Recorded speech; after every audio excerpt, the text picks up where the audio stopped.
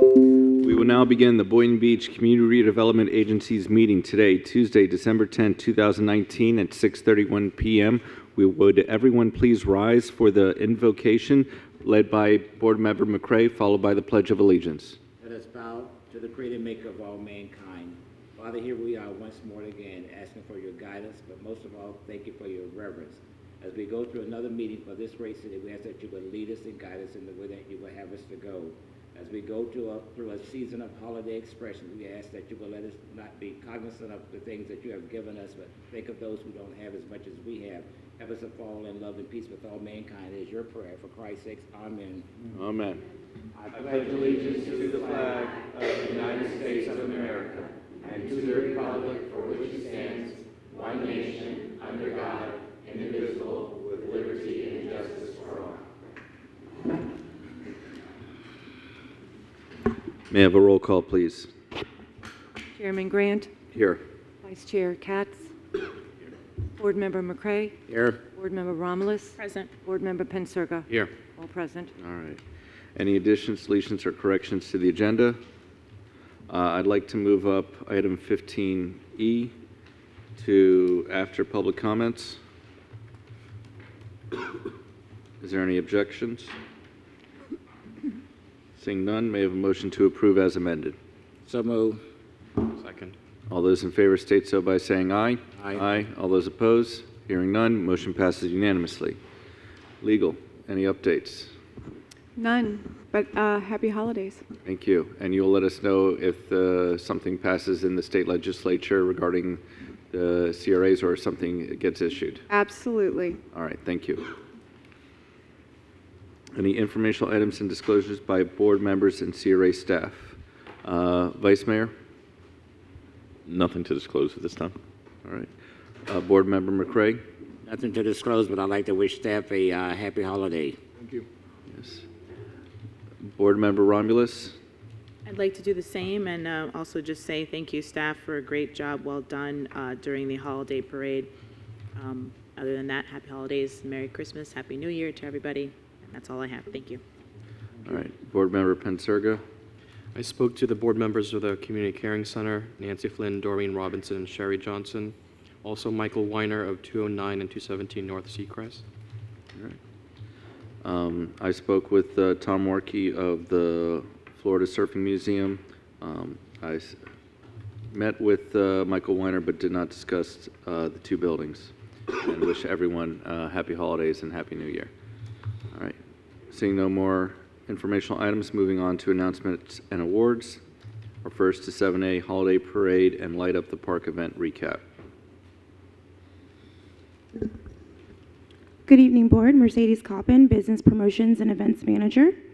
The Light Up the Park event was held last Saturday, December 7th in downtown Boynton Beach. The event directly followed the City of Boynton Beach Holiday Parade, and this year we had an incredible turnout for the event. The weather was absolutely beautiful, and many residents and visitors came out to kick off the holiday season with the fun festivities that we had at the event. We did work with 3 CRA district businesses during the event. That's Amore, Driftwood, and Guaca Go. All of the vendors set up and exhibited and sold food during the festival, and the feedback that was received following the festival was all positive. They were all very happy with the sales that they made and the additional exposure that they received from the event. During the event, we did collect 57 feedback surveys from the event patrons. The results indicated that 71% of the respondents were residents of Boynton Beach, 21% of Palm Beach County, and 8% identified as being residents outside of the county or outside of the state. One of the questions that we asked was if they plan to patronize any local businesses following the event. And the responses that we received, that 49% planned on visiting a restaurant, 23% visiting a store, 17% a bar, and 11% identified other as a place that they would patronize. Any questions? Yes, Board Member McCray. Thank you. I don't have a question. I have a comment. I'd like to say it was nice to see the Cub Scouts in the parade since, we do support, the police program here. It was nice to see them marching. Thank you. Welcome. Anyone else? Seeing none, moving on to 7B, 48th Annual Boynton Beach and Delray Beach Holiday Boat Parade on Friday, December 13th, 2019 at 6:30 p.m. Yes, Board, this will be our 48th annual event. It's taking place this Friday at the Boynton Harbor Marina. We currently have 32 captains registered for the event, so we're expecting a great showing of illuminated boats and lights. The parade will start at 6 o'clock from the Palm Beach Yacht Club, which is just north of Gateway Boulevard. It will travel south to the C-15 Canal in Delray Beach, and that's just south of Linton. The public can view the parade at several viewing locations in Boynton Beach, including the Boynton Harbor Marina, the Intercoastal Park, and JC Park. At the Boynton Harbor Marina, we will feature some music, some festive music, children's activities, and there will be a visit from Santa Claus. Two Georges will have a outside bar set up on their property where they'll be serving drinks and some light bites as well. Event attendees are encouraged to bring a toy to donate to Toys for Tots, and that can be brought to the Boynton Harbor Marina, or if they're along the route for the parade, they simply just need a flashlight, and the marine industries will come and pick the toys up directly from them. Any questions? Yes, sir. How many captains did we have last year? Last year, we had about 35 captains that actually registered for the boat parade, but a few of them dropped out, so the final number was 31. So we got one more this year than we had last year. Yes, sir. Okay, I see that things are not growing. Okay, thank you. You're welcome. Thank you.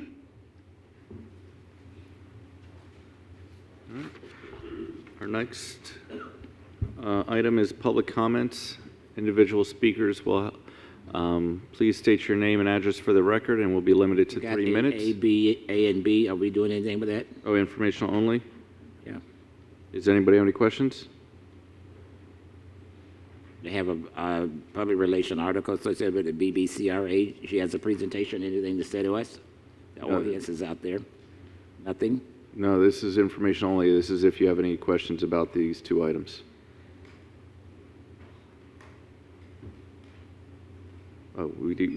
Susan, did you want to speak on public comments or one of the? Public comments. All right, thank you. So, Mac, did you want to talk on those two items? No, let Susan speak, or she's on crutches. All right, thank you. Oh, that's kind of you. Thank you. Not going for the pity vote, but thank you.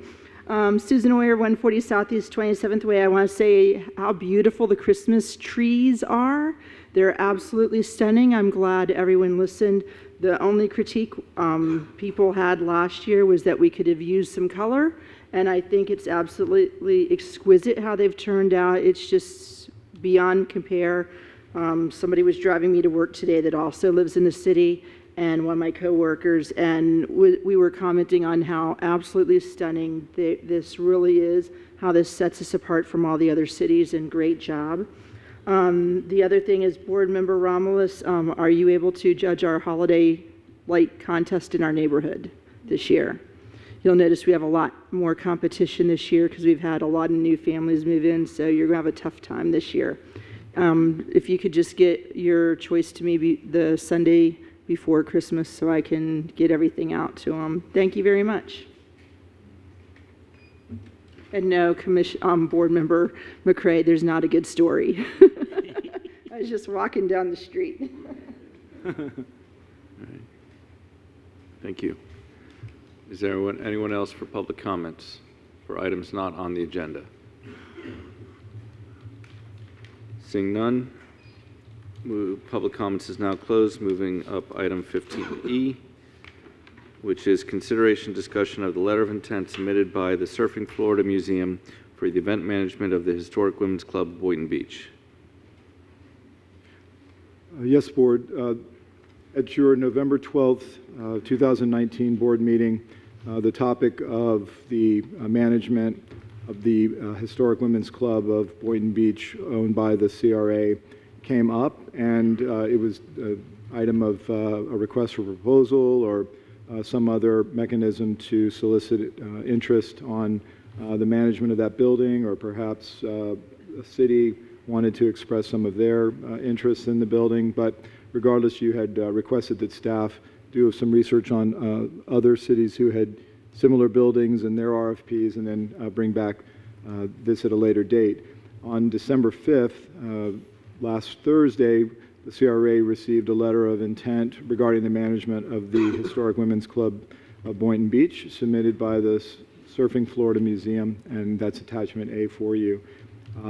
They mentioned at the last meeting that they are an 18-member board of trustees, and they've overseen management of, in the last 10 years, of over 70 events.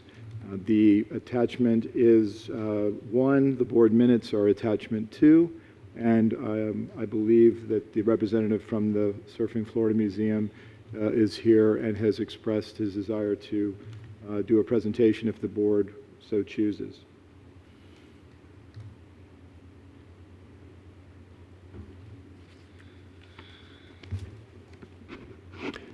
Thank you, Chairman and Commissioners, CRA board members. My name is Tom Warnke. I grew up in Boynton, although I mentioned at last month's meeting I live 2 blocks outside the city now. I have a 5-minute PowerPoint. It starts with a 2-minute walkthrough of our current location, so you can see the museum quality exhibit that we have. The letter of intent should be part of your materials. At the end of the PowerPoint, there are some documents, including the statement of different options that you could consider. And I want to make sure you know, at last month's meeting, I was here, had a very short notice to put things together, and we expressed our intent to be part of the Women's Club facility and not manage the building. The next morning, we had a flurry of activity among our trustees and a couple of conversations with Historical Society members in Delray Beach and elsewhere, and we were immediately convinced that we can manage the building. One of our nicknames is Events Are Us. We've done dozens and dozens of events over the past 5 years, so we are throwing our hat in the ring to manage the building as an event space, and I would like to give you more background on that. We don't have a concrete proposal. If you do an RFP, that would come at that point, but we would love to sit down and try to work out some common ground with the CRA so we're not off in left field somewhere. We're reasonable, we don't have a profit motive, and we would love to be part of the historical preservation here in Boynton Beach. So I guess we'll start the PowerPoint. I've got my clicker, and 2 minutes.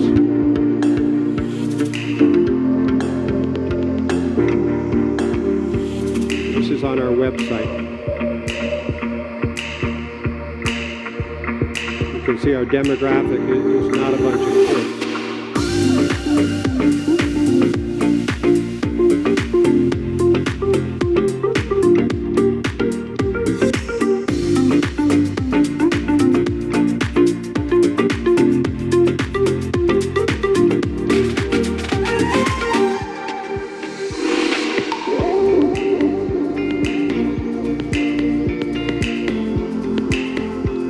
Gift shop. We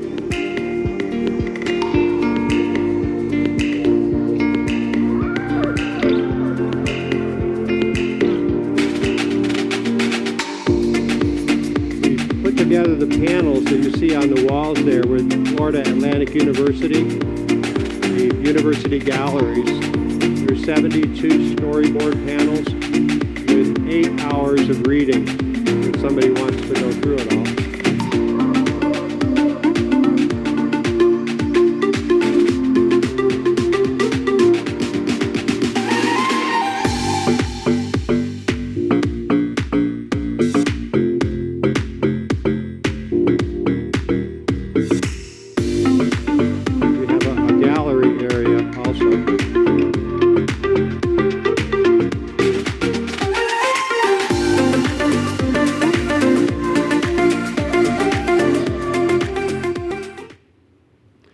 Okay, now I'm going to breeze through a few slides here, and towards the end, there'll be more information.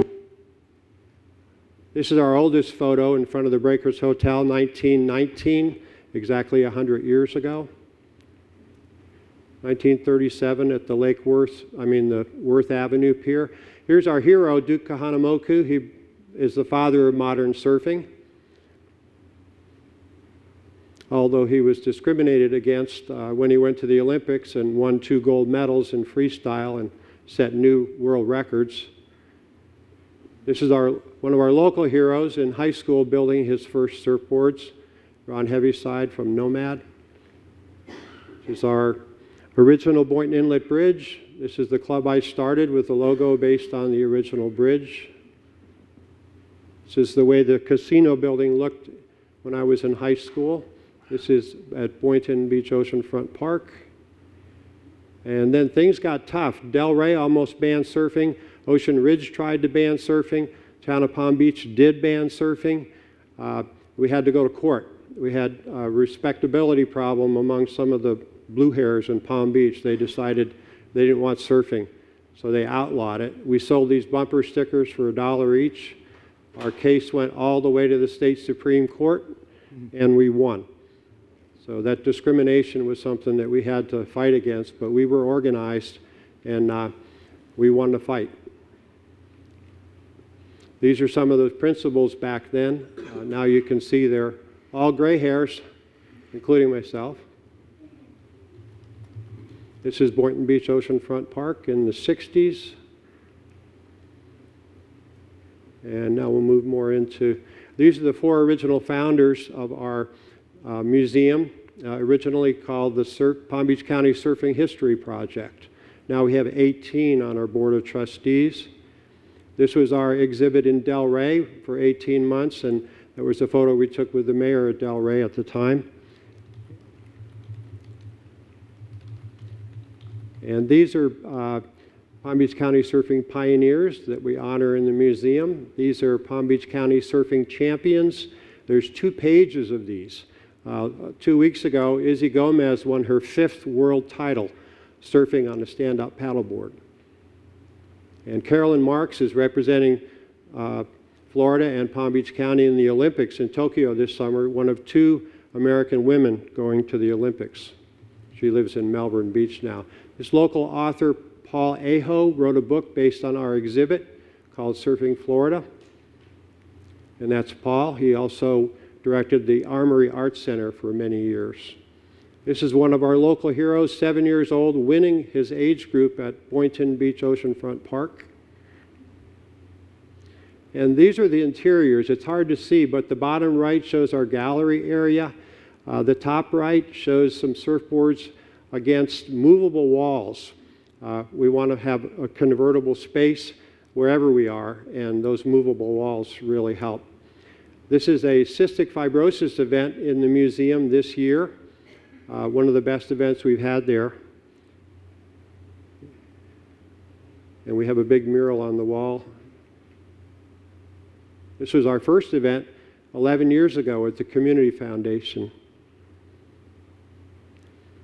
And this is the, it's not the library group. It's hard for me to see from here, but we do school instruction, and we go to the Palm Beach County Library System with Learn to Surf programs. This is the Pine Jog Summer Camp. They had 120 students in our museum from age 7 to age 11, and that was a chore for us, but we had a great time doing it.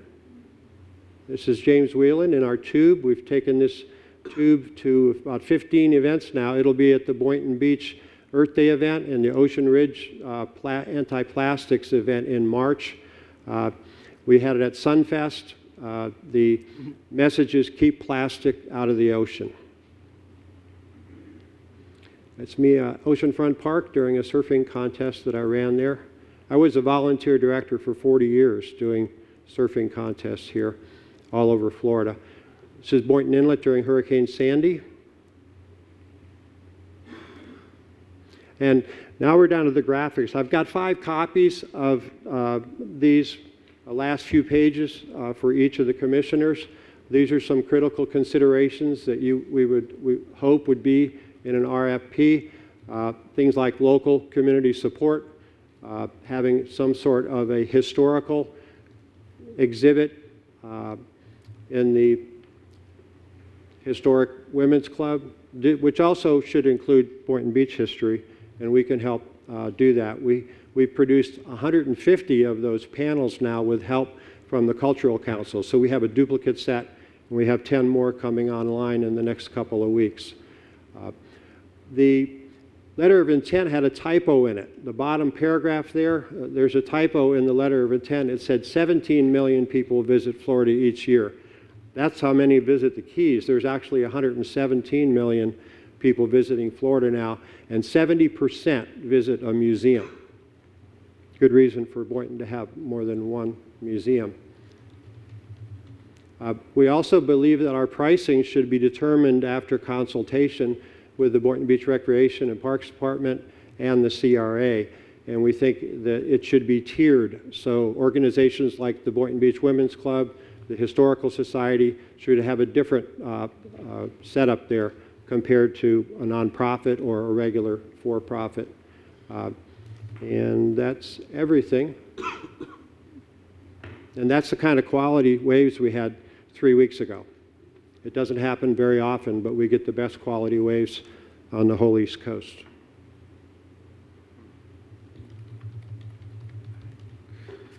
So, I'm sorry. I have our recently completed management plan. It's 89 pages, so I couldn't provide a copy for everybody, but we have that here. And I also have our financials for the first 8 months of this year and all of last year. And one of the interesting things was our event income was $18,000 last year, and we're on track to do that this year. Out of that $18,000, our expenses were $1,700. So we have a lot of partners that help us with, pro bono work and free items, and we have a lot of volunteers that do the work in the museum, so we don't have to hire people to do a lot of work. So that's about 5% expense to income on special events. And I also have a group of letters of support here, and I looked at the agenda and noticed that we were last under new business, so I told people the agenda item would come up around 7:30. No. At least 7:30, probably. I didn't promise. We do have one, maybe more than one person. We've got two people here that would also have a short comment. One is Nancy Santiago. She handles all our social media, and she did that for Subculture for quite a while, and she's also associated with the downtown West Palm Beach merchants, and we're happy Nancy is on our events team, and she's at events doing story, and she'll tell you about that quickly. Nancy Santiago. Hi guys, thanks for having us. So basically, my part is just to communicate to you our 2020 vision for sustainability. It really encompasses all of South Florida, but obviously Boynton has a rich history in terms of the ocean and in terms of environmentalism and sustainability. And so, of course, it is our wish to be able to collaborate with you on any of your internal marketing schedule with your environmental initiatives and sustainability projects. So that way we can obviously plug in our sick tube and get the public involved in different beach cleanups that are going on up and down the coast. We've basically positioned ourselves to be a hub for like-minded organizations who are ocean focused and sustainability minded, like Surfrider organization, One World, Zero Waste, Friends of Palm Beach, Piper's Angels Foundation, things like that. And so we hope that we can also partner with you to be able to spread that message. All right, guys? Thank you.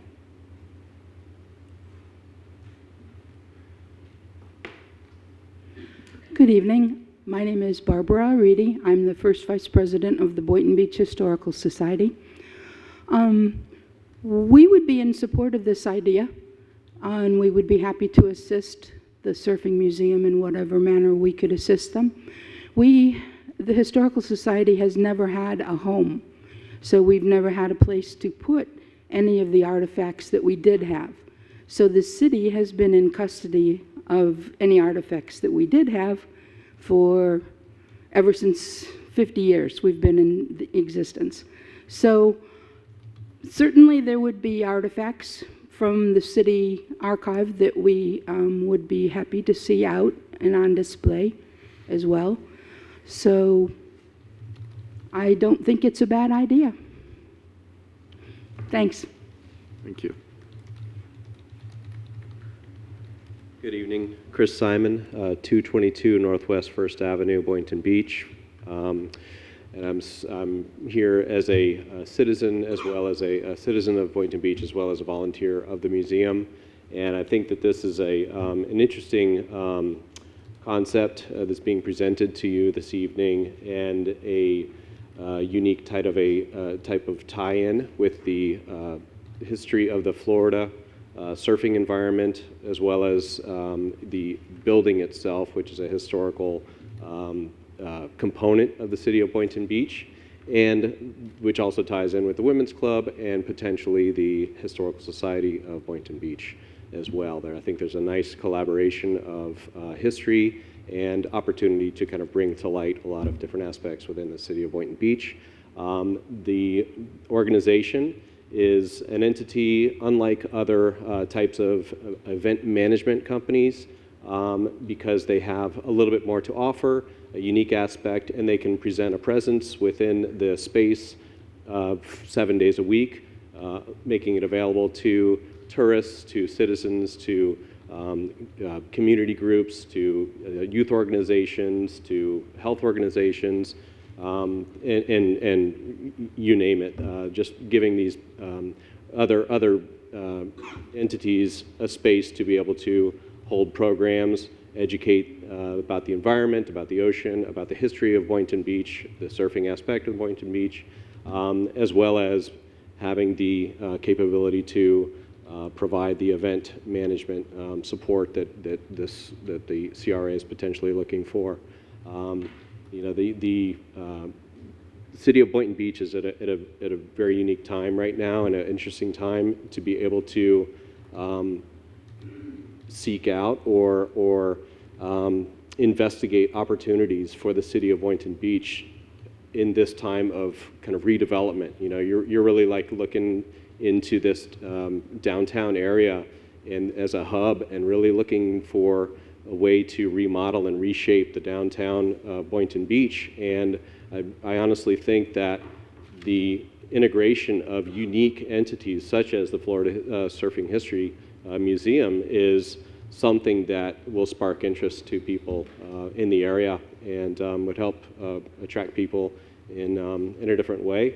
The museum itself is probably in your letter of intent, has actually been in existence for a number of years, but it has never had a permanent home.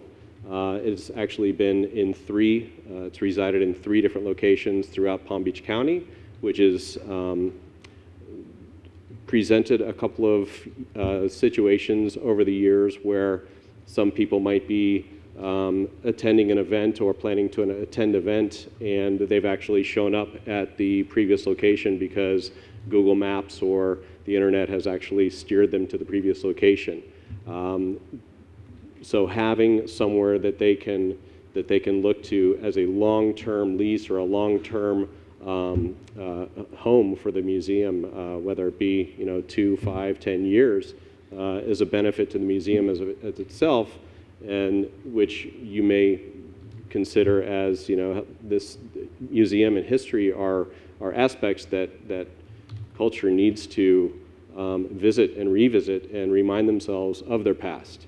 So to give some support to a museum and give them a home for a long period of time establishes a location and a destination that people are well aware of, and would bring a lot of light to the community. Thank you very much for your time. Thank you.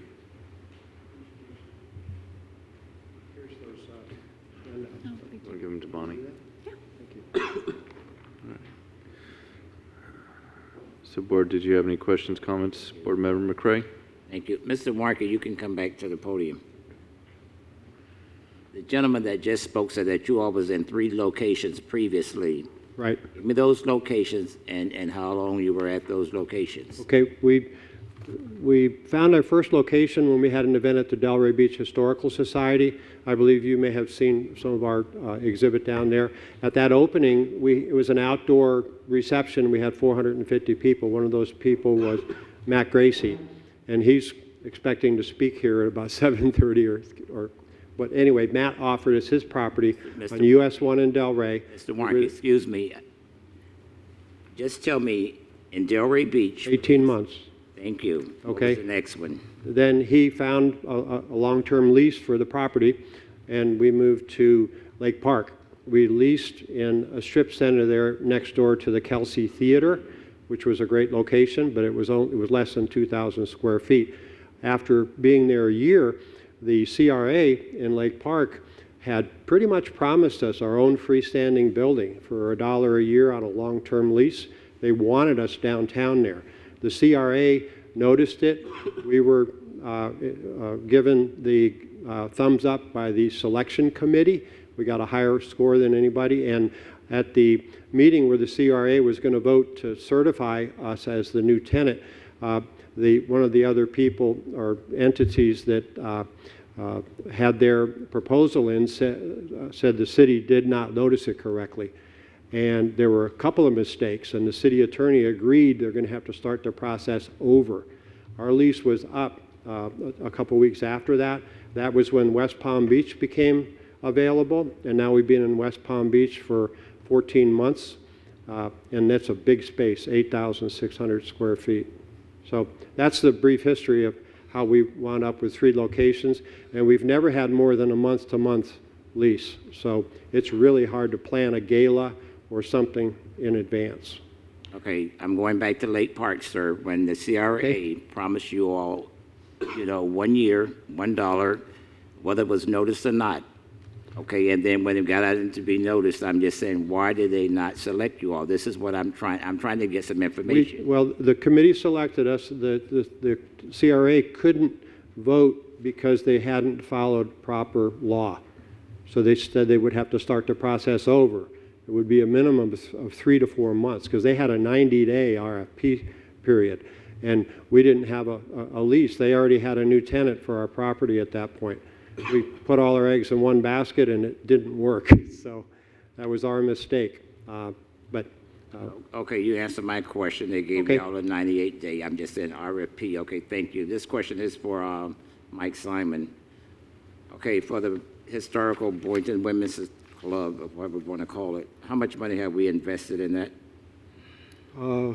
We have about $552,208 in the, that's the roof and the painting and the flooring, redoing the floor. $552,208.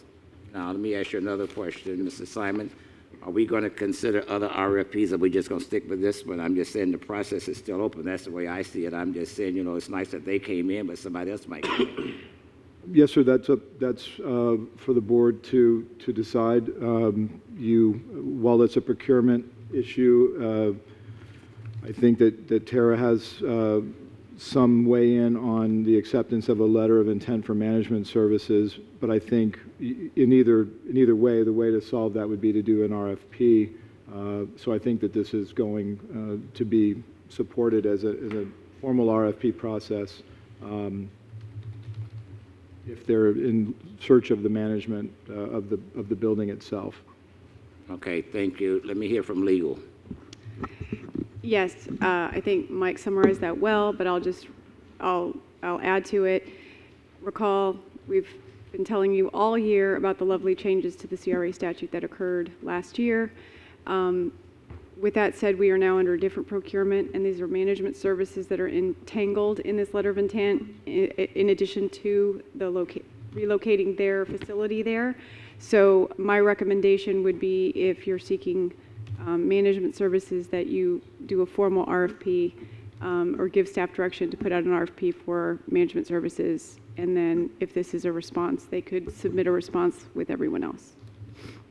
Okay, let me continue to talk. That's the way I'm willing to go. I'm just saying because, you know, we have to be cognizant of the state, what we're doing, and I feel like there's a letter that should be placed out. And if there's no takers, then I feel like then we can consider, you know, the museum. But other than that, I'm just saying I don't want to put us in a predicament where we trying to bite a bullet and then come back and something just happened. I'm just saying I think it's too soon. I think we need to put out something and see where it bites. That's the way I see it. That's my comments. Thank you. Thank you, Mr. Warnke. Vice Mayor. And we're comfortable with that. Vice Chair. Thank you. Yeah, if the safe route, you know, per legal is to go with an RFP, I would support that. The more I've kind of mulled this over and looked into the organization's background, the more intrigued I was about it, because it is a unique, one-of-a-kind type of endeavor that they're asking to put in the building. And the way I look at it is, you know, depending on if we were to go in that direction and have them relocate there, worst case scenario in some point in time in the future when the agreement, you know, hits a renewal point and we determine that, you know, say it wasn't exactly what we wanted, then it can just go right back to being a more generic event space. So to me, there's no risk in trying to put something unique and cultural in there. I would be excited to see, you know, what a 365-day plan would be as far as programming and availing the site to, you know, other people who might want to use the space for events, personal, private stuff. So I'm intrigued by it, and again, the more I've looked into it, the more excited I've gotten at the idea of capturing something that is not going to be found in any other city. So in the interest of following legal, I'd support an RFP, and I'm excited to see what you guys are able to put together. Board Member Romulus. I'm also in agreement with the previous members' comments. All I want to just ask are two things. One, I'm just looking at your profit and loss sheet. Under event income, what events are you hosting that are bringing in the 17? I'm sorry, I couldn't hear you. Under event income, what Yes. events are you hosting that are bringing in the 17,000, and would that conflict, or are those events that you'll continue to be doing? Did you say what events are we hosting? On your profit and loss sheet, under event income, you have an income of $17,937. I'm just curious, what is it that is bringing in that income? Is it a one-time event? Is it an across the year event? What is That's it? over the course of a year, that's approximately 16 to 18 events. Some we charge admission. Some we have like a birthday party where somebody would pay us to have the event for the whole evening. Those are two types. Sometimes we'll do a movie night and charge $5 or $10, depending on, and sometimes we have live music, usually acoustic music, but we have about 10 different types of events. And while people are there, they shop in our gift shop. We have a small part of our income is gift shop. It's about a little bit over 40% of event income. So we're events driven. So your gift shop, that is only set up during events, or it's always set up? We've had a gift shop at Lake Park and in West Palm Beach. In Delray Beach, we didn't have a place for a gift shop, though. But we need like a little extra space or a separate So it's space. a standing structure, your gift shop that's always there, like taking up a corner of the... I'm not sure a gift shop would work in the women's club. Okay, that's why I'm asking. I'm trying to figure out in terms of that's spacing. something we would want to work out with the CRA, because there's a good chance that would not be appropriate. Okay, all right. And then in terms of community partnerships, I saw some of the pictures that you had of students and camps and things like that. So you do a lot of, are those in kind where those institutions? Yes, we have quite a few events like the Surfrider Foundation events where they award a free membership to the museum, and that's their help for us. That's a $25 membership, but we just love being a hub for those types of activities. Right now we're in the middle of an environmental movie series with the city of West Palm Beach for a monthly movie, and Nancy's been a big help with that. And we do that free of charge for the city of West Palm Beach. And so they do the event outreach, and we have a different movie every month, and the third movie will be this coming month. So we like to be good neighbors, and we don't have a profit motive, so it's really fun to do that type of thing when you have the ability to do it, and we know we have the ability to manage the Women's Club facility. If Matt Gracie were here, he could tell us the great job we did managing his building in Delray Beach, and Joe so Brockman could tell you that those are for things Lake that would Park. continue if you were to be selected once we go through RFP? Yes. Okay. Yeah. All right, thank So, you. Well, thank you, Tom. The big thing here is it's an opportunity to have a partner. This is one of the two National Historic Registry buildings that we have in the city of Boynton Beach, the other one being the Children's Schoolhouse Museum. And so if we know that this building is not really going to go anywhere, I think it's something that we can plan for the future of having a museum for the long term. Just like the Children's Schoolhouse Museum does have events there, you know, having the surfing museum, it is kind of giving it a 365-day purpose rather than just the weekends and at night. And so I think one of the things that we're going to have to deal with our RFP is speak with the city's planning and zoning and what can we do with that building because of the location that it is in and the parking that is there. Because we need to figure out what exactly can we do with that building where you have the senior center parking lot across the street, however, that is used for the senior center during weekdays and normal business hours. So there might have to be some sort of differing hours if we are turning it into a museum on the first floor. Also, Board, when you contemplate the RFP for management services, really since you're procuring the services for management and you have an interest in this kind of dual purpose function of that management, if this is something that you are intrigued with,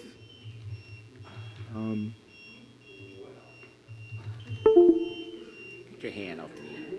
anyway. Colin. Colin, That's right. fix it. All-knowing one. There we go. Computers are still on. All right. But as with your direction, if that's something that you are interested in soliciting, responses to include these types of connections and these types of functions, the RFP could be written in such a way that you are looking for more than just a person or a company to manage the building for event rentals. You can add aspects to the RFP. Would you unlock my computer? That would bring in a similar type of a use. So we would, if that's the direction the board wanted to go, we could certainly bring back points to discuss to be included or excluded from an RFP at a later meeting, at the January meeting perhaps, or February at the latest. Okay. The list of criteria and some of the things that you'd like to see within the RFP. And so that's something that I think we're going to have at the January agenda of looking at the different RFPs, kind of like what they did in Lake Park, and seeing about having, whether we do it one for management space, one for cultural space, or one for both. Mm-hmm. And that's something that this board can determine. Given the changes in the statute, Lake Park may not be the best example just because a lot of that was done in advance. Because of the changes, there may need to be some partnerships and discussions with the city to make sure that the powers are divided equally for whatever it is that you two organizations determine that you want to do with the space. We can discuss that in January and brief it out a little bit better for you. Okay. But because the Lake Park example was years before the change in the statute, they can certainly look at it and we can check it out vis-a-vis the statute, but some of that, the ability to do some of the things that were permitted at that time are no longer permitted. So the whole... So it may need to be, some things are done by the city versus the CRA, but that doesn't mean that this can't go forward. I see what you're saying, so that we would lease space to the city, similar to the Children's Schoolhouse Museum nonprofit running that historic building. Correct. It's just a matter of what the funds from the CRA can be supporting and what the city can support. So it can be done between the two organizations. We'll include that in the January presentation. Okay, so it's a little bit more complicated than last year. Yes. Okay. And I have a copy of that RFP from Lake Park. If you'd like, I can transmit that. If you could just send it to our attorney or Michael Simon. Unbeknownst to us, when it came out, it said the entity must be funded by the Cultural Council of Palm Beach County. It must be a member of the Florida Association of Museums. And we didn't know they were going to do that, but that was very nice because that's what they wanted in the building. Yeah, so thank you very much, Tom. We'll Thank you. discuss the RFP next month. All right.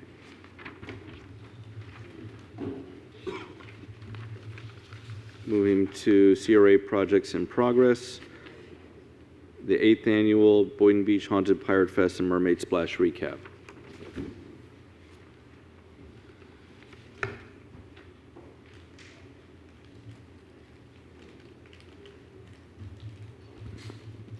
Good evening, Board. Per the request at the November 12th meeting, staff has prepared a PowerPoint presentation to provide a recap of the business development efforts that were made for the 8th annual Boynton Beach Haunted Pirate Fest and Mermaid Splash. This overview is intended to provide a snapshot of the probable economic impact that the event had on the local economy. Good evening, Board. Azim Hussein, Marketing Events and Business Development Assistant. So in this year's Pirate Fest, we had 13 businesses actually participate in the event. They actually had a booth at the event. Some of those vendors or businesses were Boardwalk Italian Ice Cream, Fish Envy Charters, Florida Tackle Company, Flying Flow Fitness, Vapor Rocket, let's just name a few. So after the event, we do this every year, we send out a feedback survey to all those businesses and attempt to get their feedback.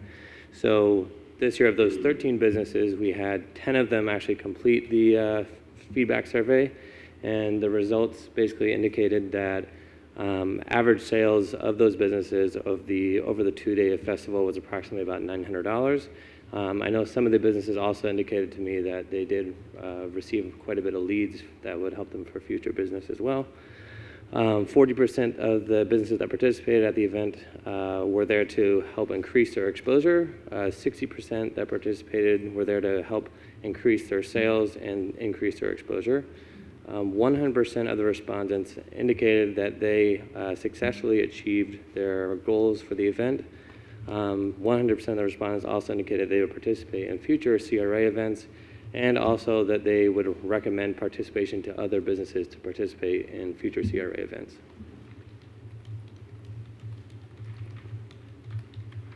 Tracy Smith Coffee, Marketing and Business Development. This slide is the marketing piece that we did for the businesses that promoted the treasure hunt at the event. And this is the treasure hunt that we produced for the community to go to each of the businesses and get the answer to this year we went off the Tales of the Sea and we made a book about a pirate. And so the event goers would take the treasure hunt and go to each of the businesses, and they would have to speak to the businesses to get the answer to that sentence. So it created a lot of people talking to our businesses, and instead of just getting the answer, they were actually engaging our businesses. Good evening, Board. Renee Roberts, Social Media Specialist. Based on the success of our social media kits during last year's Rock the Plaza, we've decided to continue it for all of the CRA events moving forward. So for the social media kit for vendors of the event, our local business vendors, each kit includes 3 customized graphics and a guide on how to use those graphics with their kit. So the CRA shared this information through all of our platforms. That includes Facebook, Twitter, Instagram, and a customized blog post that included the vendors. We also did a PTV Live to go off of our PTV pre-recorded, and we visited the businesses with live actors and helped to advertise the businesses and the event through our live action videos. So the results from PTV, there were 11 videos total, and over 20,000 people reached through those videos. Approximately 1,700 of our audience engaged with the videos. That means they either liked, commented, clicked on a link, they did something with those posts. And we had one business that actually reported that approximately $1,000 worth of sales came directly from customers that saw the video. So the customers called, they said, we saw that video, and they booked a trip. Which business? That was Boynton Beach Parasailing. He called us immediately after, and he said, thank you guys so much. I had somebody call and book the entire boat for a birthday event. So it was very exciting.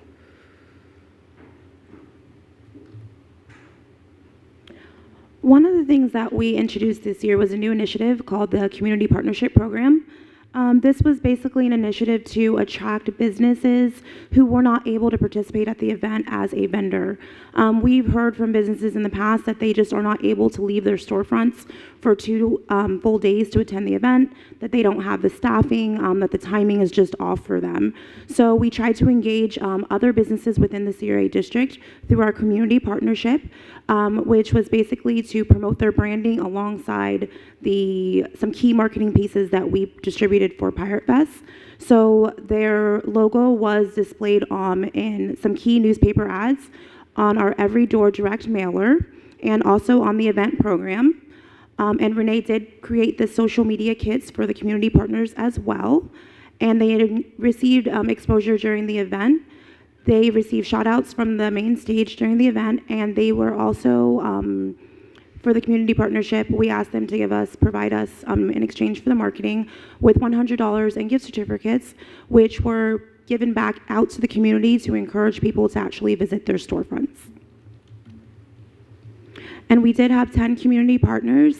As you can see, these are their logos there. We had Two Georges, Bailey's Blends, Driftwood, the Fish Depot, a number of different restaurants and retail stores partnering with us for this year's event. In addition to the standard community partnership, we also had the community partnership for Pirates Rebellion. They received the same perks as the other community partners for agreeing to sell the Pirates Rebellion, which was our custom craft beer, prior to and during the event. And this was one of the ads that was placed in the Gateway Gazette to promote the businesses that were featuring the beer. And for the Pirates Rebellion, we did do 2 PTV videos that were pre-recorded to promote the businesses that were featuring the beverage. That would have been Two Georges as well as Hurricane Alley, both of them featured in our pre-recorded PTV videos. And we also did social media posts and had the information on our website as well.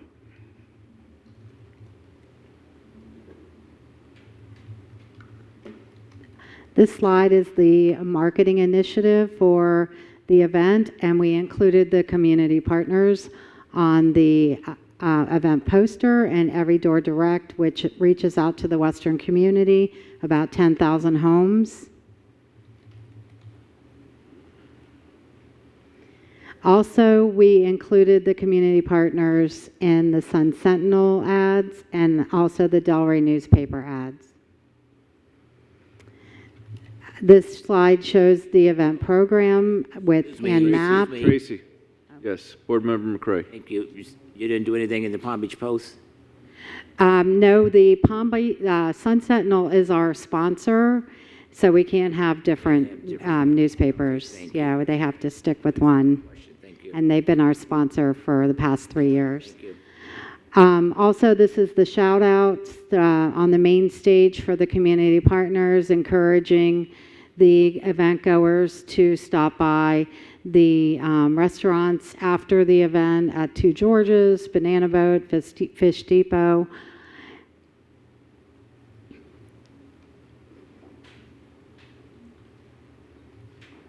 So we also as a team decided to include the community partners with the social media kit, they received one customized graphic and a guide on how to use it, just like the vendors did.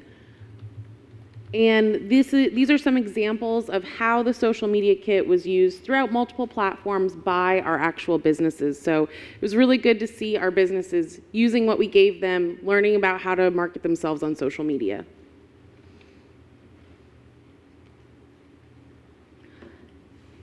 Following the meeting, staff determined that we wanted to try and provide the board with as much information about the economic impact of the event as possible. So we did go ahead and do a post-event survey that was conducted to businesses in the surrounding area that did not participate as a vendor or as a community partner.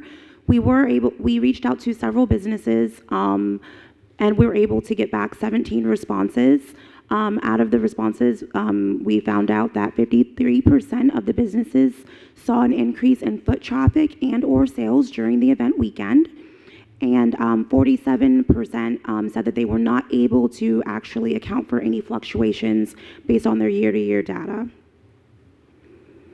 Also, we had some specific businesses that gave us specific increases that they saw. So for foot traffic increase, Bicycle said that they had a 50% increase during the event weekend. The owner was very happy that the additional foot traffic was coming into his stores, and he also said that his sales went up as well. Hurricane Alley, which is located right on the event site on Ocean Avenue, Kim Kelly, advised us that she saw a 12% increase in foot traffic. Boynton Diner, which is located off of Woolbright Road, so quite a ways away from the Pirate Fest event site, saw a 10% increase in foot traffic. And then Blossom Shop, again located on Ocean Avenue, saw 10% in foot traffic. One of our partners for the event is the Hampton Inn. We do work with them. They provide us with a special rate for our vendors and for our entertainers who need lodging during the event weekend. The manager shared that they had an $8,000 increase in sales when compared to the 2018 numbers that they looked at. And Bicycle acknowledged that they had a 30 to 60% increase in sales compared to the previous year and the previous weekend. And then Blossom Shop, they weren't able to correlate any additional sales increase, but they did have that 10% increase in foot traffic. Excuse me, where is Bicycle? Bicycle is located in Ocean Plaza, which is directly across from the marina, 640 East Ocean. I got to get fixed. We're Frankie's Pizza and Bailey's Blends is there. Thank you. Yes, sir. Mercedes, you said about, 47%, basically half of the businesses did not see an increase. Is there anything about those particular businesses? Is there an explanation for why that might be? Is it their location? Do they have anything in common? I mean, it's really hard to say for sure. They couldn't correlate any change at all. So some of the businesses I spoke with, they were located in Casa Cosa. They acknowledged that they did see event patrons walking toward the event because we had parking located just north of that plaza. They did see droves of people walking by, but they didn't necessarily stop into their establishment. So I just want to make sure I understood you correctly. You said those businesses were predominantly in Casa Costa, is that what you said? Not all of them. Not Some all of them. okay. Some of them were. So it's not necessarily location that's the issue. Right. We gauged feedback from businesses throughout the district. So we visited the north, the central section of the district, as well as south. Most of the plazas, Ocean Plaza, the Marina, Sunshine Square, Casa Cosa, and Ocean Palm Plaza. Thank you. You're welcome. I'm going to try to help you out. I guess another reason too was because of the weather. Yes, the weather was, not the best. Right. Any other questions? Seeing none, thank you so much. Thank you. Thank you very much, guys. I want to thank y'all for tag teaming. Yeah, you made it interesting. I didn't have to listen to one voice. Yeah. Can we do something about the air conditioning? Yeah, throw another log on. Okay, we're up to proof of marketing publication update. When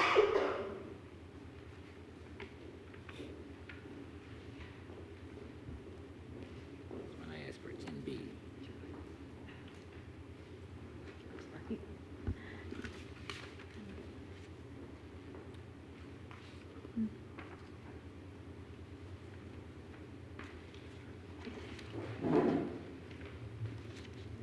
the CRA board had asked at the last meeting that we provide you with actual cutouts from the ads that Tracy had presented for the Pirate Fest.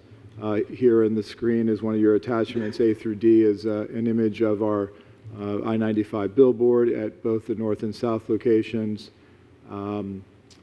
The cutouts, also actual ads in the magazine, and if there's any specifics, Tracy's there to answer.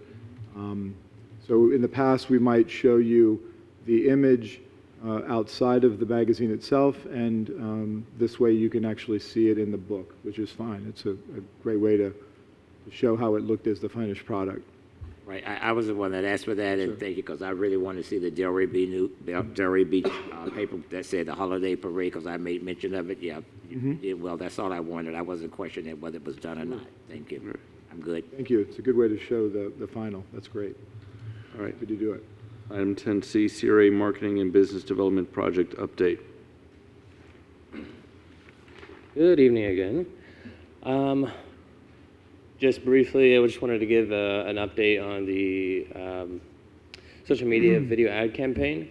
So I'm sure you guys know that the video ad campaign was created to promote local businesses as a part of the Economic Development Initiative to encourage growth and development in downtown Boynton Beach. As an update to this initiative, in the month of in the month of November, we showcased two businesses, the Boynton Diner and Prime Catch. Once we completed their video production, we provided a copy of the video to both of those businesses. We provided it to them so they could utilize on their social media and or their website, or in whichever way they please. In exchange for the production of the video, these businesses provided us with a gift card to the business. So in an effort to further assist and promote those businesses, we posted the videos that we created for them on our Facebook page, and we asked viewers to tag a friend for their chance to win the gift card that they provided to us, which really allowed the business to gain a lot more exposure, a lot more reach to our viewers. After 1 week of that video being posted, we announced the winner for each of those gift cards. Anybody have any questions about that? Pretty straightforward. Great. All right, the next part is the social media project development. So the Boynton Beach CRA, we utilize all of our social media platforms, Facebook, Instagram, and Twitter, as a way to build awareness to CRA projects and development and our grant program, as a way basically to engage our residents, visitors, and the business community. So again, in this past month, we created 7 posts to bring awareness to such activities such as the Ocean Breeze East groundbreaking and the model block update of the Habitat for Humanity homes, which are being built on Northwest 11th Avenue. Those posts were able to reach a total of 13,063 people, and they received 1,725 engagements, which, as Renee defined earlier, as being engagements are defined as likes, comments, shares, and clicks. And that is all I have. Question? Great.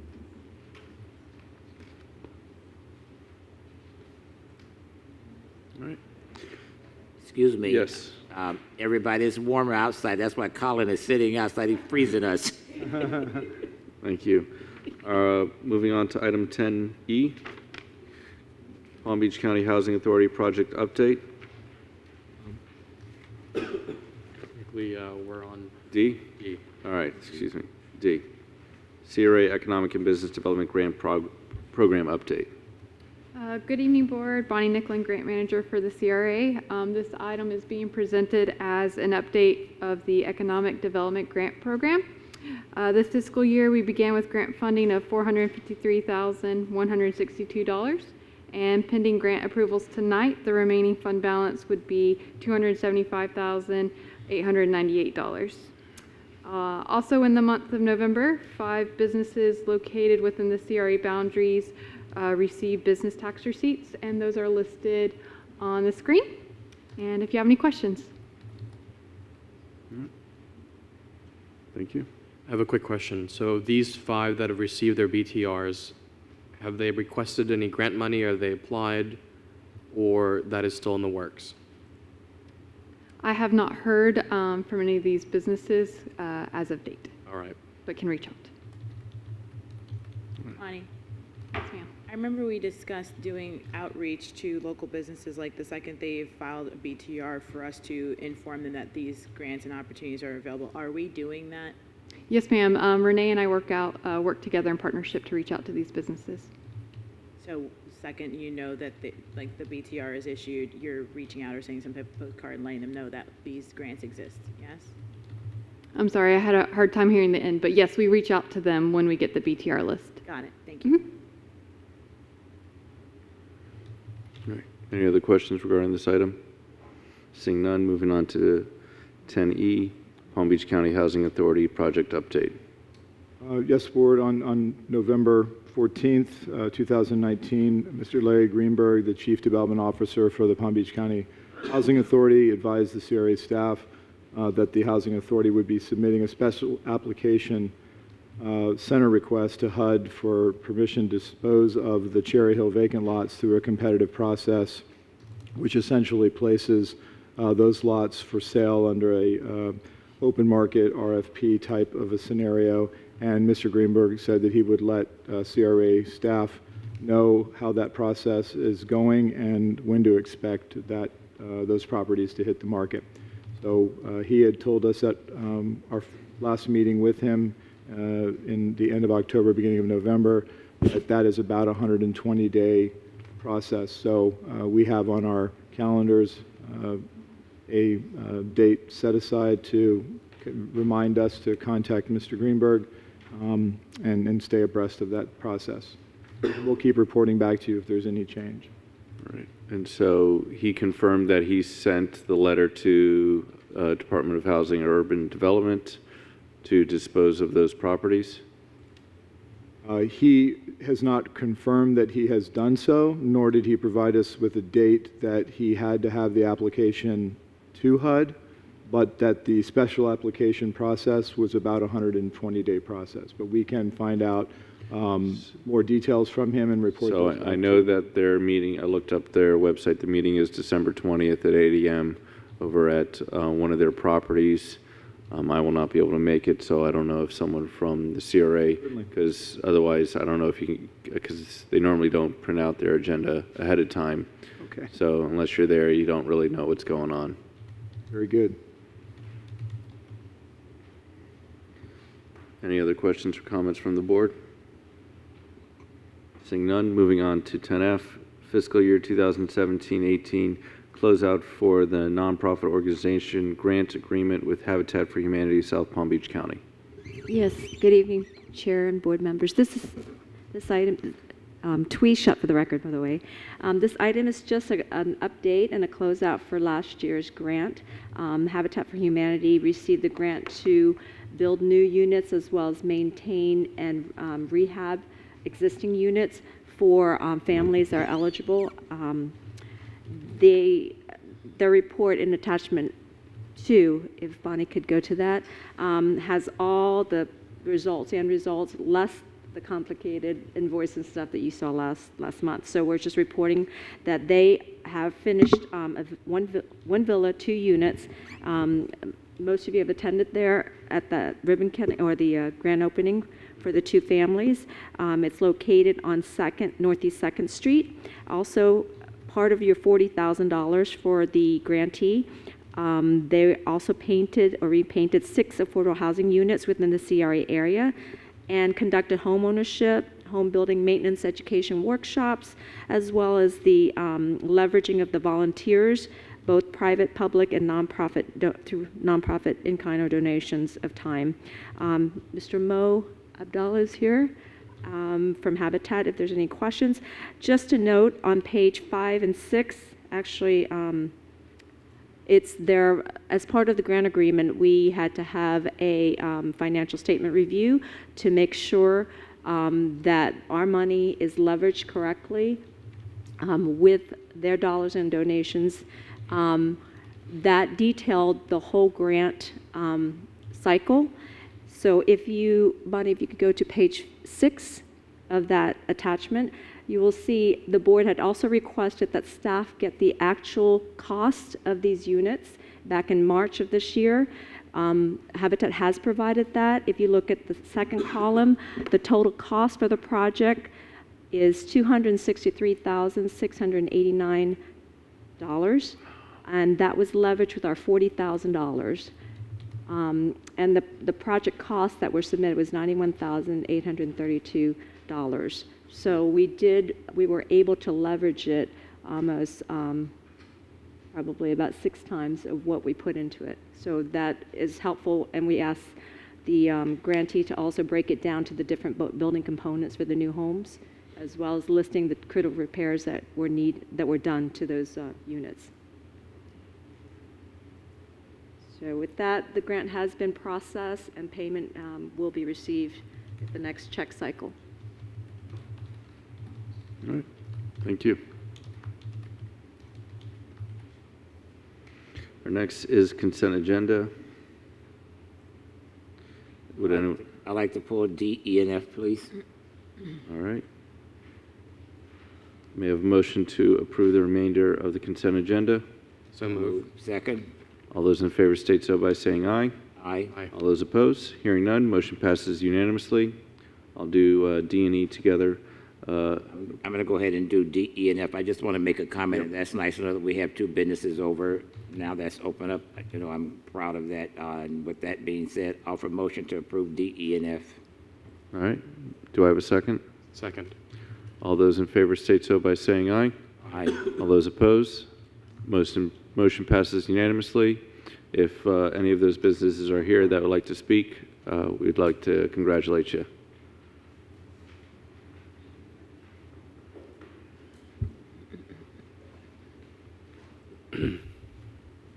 I'll make it very brief. On behalf of the butcher and the bar, I'd like to say thank you very much for the approval. My name is Eric Anderson, by the way. I'm one of the partners in the business. We made a conscious effort to choose downtown Boynton Beach, and we're happy that we're here.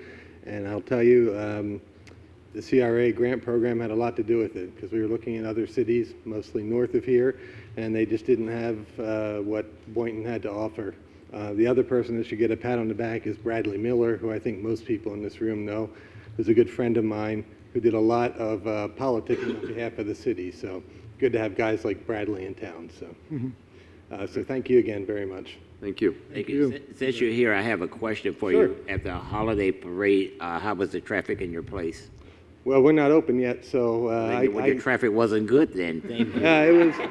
Although I almost got arrested for going into our place. Somebody turned me into one of the police officers, so I'm thinking I was breaking in. But I went down to check things out and checked on our spot. But anyway, no, one traffic that wasn't good. Okay. Traffic looked good though.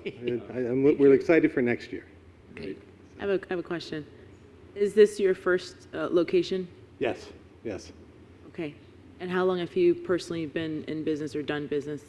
I have. I've personally not been in the food and beverage industry before. My partner, one of my partners, is an executive chef.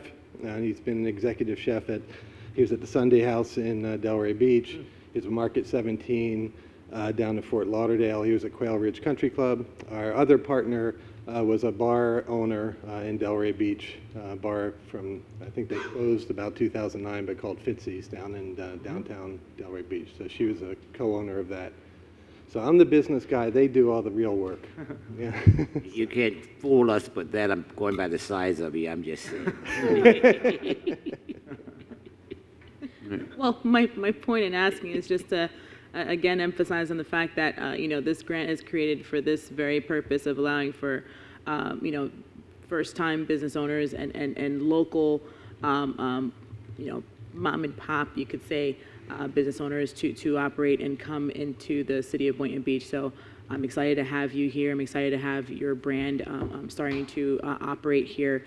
And also excited by the fact that you are bringing 17 full-time jobs to our city. So thank you very much. Thank you. Thank you. Congratulations. Thanks. Okay. Moving on to item 14A, may I have a motion to remove it from the table? So moved. Second. All those in favor state so by saying aye. Aye. All those opposed? Hearing none, motion passes unanimously. Consideration of terms for the purchase and development agreement with the Community Caring Center, Boynton Beach Incorporated, for the property located at 145 Northeast 4th Avenue. Oh, yes, Board. This item, if you'll remember at the November meeting, we attempted to provide you with a similar item to go over just the main points and key terms of both the acquisition document for the CRA's purchase of this Community Caring Center owned property at 145 Northeast 4th Avenue, as well as a purchase and development agreement terms for the disposal of the property owned by the CRA to the Community Caring Center located on Northeast 3rd Street, which would be the future home of their business incubator and overall facility. At the request of Sherry Johnson, the Executive Director of the CCC, we met with her last Thursday afternoon, Friday, to discuss the terms again in person as the CCC board is meeting this evening on these same terms that are being presented to you.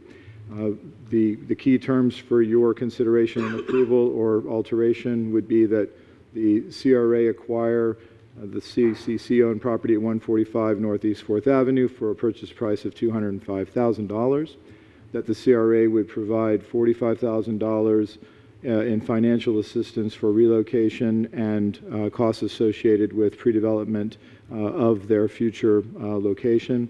That would be tied to the purchase and sale agreement. And in addition, there would be a leaseback provision to the CCC. They would be responsible for the maintenance, the insurance, all of the upkeep and operation of the existing building. Once the CRA closes, they'd be a tenant. And that process and tenancy, for some reason at the last meeting, there was a discussion that took it to a 30-month, not to exceed 30 months from the closing. But I think from a staff perspective, the process for their site plan approval and design of their new facility should take much less than 30 months, and we would suggest an 18-month with maybe a 6-month renewal option or a 24-month, but 30 seemed a little bit long for staff, but it's certainly up to the board. And then that's the purchase and sale terms. The purchase and development terms would be that the CCC acquire our vacant property on Northeast 3rd Street, and their terms and conditions would be for $10, and we would have a reverter clause until the CO is accomplished or completed, the building is completed. We'd have a 10-year first right of refusal and a 10-year silent second mortgage for the $300,000 that the board has approved in site development and actual construction funding. At the end of that 10-year mark, the mortgage silent second would be dissolved. We'd also like for the purchase and development agreement that would come back to you with some milestones for performance, site plan application, kind of that calendar ticking that we typically do. In addition, I want to go back. The closing on this Northeast 3rd Street property and under that agreement would be the middle of March, and the closing on their existing property where the CRA would take ownership of 145 Northeast 4th Avenue, a targeted closing of January 31st is anticipated. That way it frees up funding for the CCC to continue the design and development of the future location. Michael, excuse me, is that January 31st, 2020? 2020, yes, sir. January 31st, 2020. And March, I believe we have the 12th, or it could be the 15th of 2020. Oh, my questions are, would there be a separate landlord-tenant agreement? There is. In the purchase and sale agreement, there is a post-closing occupancy, which is an exhibit. And then, according to that agreement, what is the the recourse if they're past the date of currently 24 months? Is there any holdover costs or liquidated damages? I don't believe there is a liquidated damages. But there's attorney's fees if we need to have litigation. Prevailing party, Yeah. prevailing party attorney's fees, yes. And so I'm inclined to give them the 24 months, but up to the 30 months, but we have a 60-day clause so that we have 2 months to let them know anytime between the 24 and 30 months that they need to leave.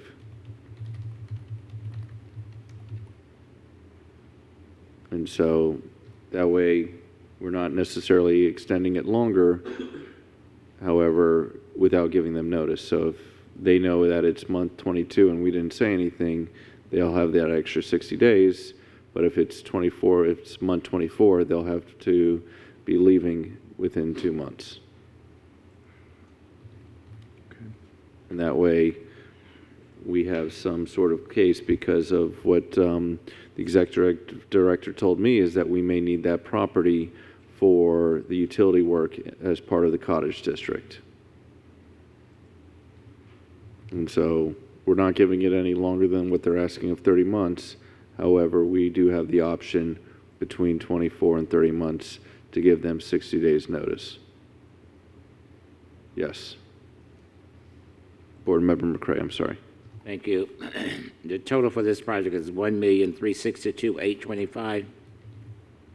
Yeah, that's Yes, sir. okay. And the CRA board recommended that we give up to $850,000. So she's going to get a loan for $412,825, construction loan.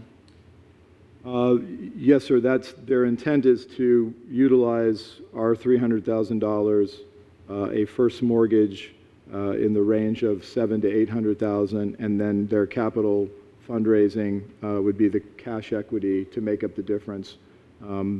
The exact amount of the project, I think, would be could slightly adjust based on the final construction drawings, of course, and the cost of construction at the time that they bid the project out. But that's a good rough estimate.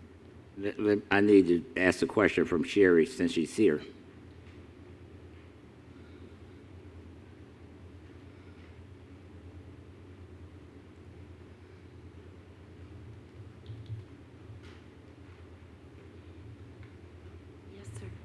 Sherry, the last time you were here, I'm just saying, you know, you was talking about you was having problems trying to secure a loan. How you doing now? We're fine. You doing fine on getting the loan? Yeah, we submitted. We have been in touch with 2 lenders when we were looking for the at the dollar store, and we had no problem with either lender doing $1 million commitment for us. So. I'm positive that we have the loan capacity to pull this off. Okay, thank you. That's what I need to hear. Okay, I'm good. My questions. Anything else? Yes, Board Member Pensarga. I'm in favor of what you said, Chair, about giving them some advance notice. But my first question here is, do they even need 24 months? And so that's my question to staff. If the goal is if the question is what is enough time to obtain a certificate of occupancy, is 18 months, I think that was your recommendation, Mr. Simon, is that sufficient time to obtain that? Board member, I think we've run this course with other projects before. If I say that it is, it most certainly will not this time. But okay. Given that they've already been through several pre-apps and their basic site plan is designed, they've got kind of a head start. The site plan approval process formally is somewhere between 4 and 6 months, and then they would bid, and then construction would be a year. So that's where I came up with the 18. I see. Could it fall into 20 months? Certainly, or could they do it in 16? Yes. So I think that a good compromise is it's really on or before the 24 months with some ability to extend if necessary. And if their project is CO'd, then there could be a condition that upon CO, obtaining CO of the new project. If it's before the 24 months, then that would trigger a 60-day notice to vacate or something along that line, so that they don't obtain the CO and stay in our building at the same time. You know, there would be a default trigger if it happened before. Does that make sense? Another term we have included in prior development agreements is to say that the developer, purchaser in this case, would have to move with due diligence or under the lease back. They'd have to continue to use their reasonable efforts to move the ball forward, so that it wasn't as though you submit a site plan application, you get some staff comments back, and then you just don't do anything for 6 months. Right. So we've done, 24 months, and extensions will be granted as long as the tenant is showing due diligence and receiving their permits. So we've added that provision in before to protect us, since we can't pick a date and know it because that's an outside thing, but we want to just make sure that they would be pushing Good things faith forward. effort. Correct. And so it's kind of like, I guess what we'd like is we can put in the contract to have a project update after 1 year and then 18 months. And can we, I don't necessarily want to create, requirements so that after 12 months they need to get a permit. I would suggest that you pick a time period for to end 24 months, and then say they can apply for an extension up to 6 months, which would, I think, get you to your 30. Okay. As long as they're showing due diligence and pursuing all permits necessary, blah. And we are the sole subjectivity of due diligence? Correct. And we've crafted that language successfully before, so I will go grab it and put it into this agreement that will say that, yes, at our discretion, reasonable efforts. Reasonable efforts. And we can just define that as, not waiting. And how do we determine due diligence was performed? Is it traditional or common practice for them to give presentations, as the chair indicated, or is that something that you would communicate with them? In the past, where we have used this type of a term, we've communicate with staff. Your staff will communicate with the city and their planning team, who's working with the applicant to make sure that things are being responded to in a reasonable effort. Reasonable is a vague but legally definable term, so to speak, that doesn't set a specific time, but there's a reasonable minds. My question is just how would we know? That would be staff checking in with the city's permitting department. Yes. Because there's a development timeline, it's very easy to follow within the city system.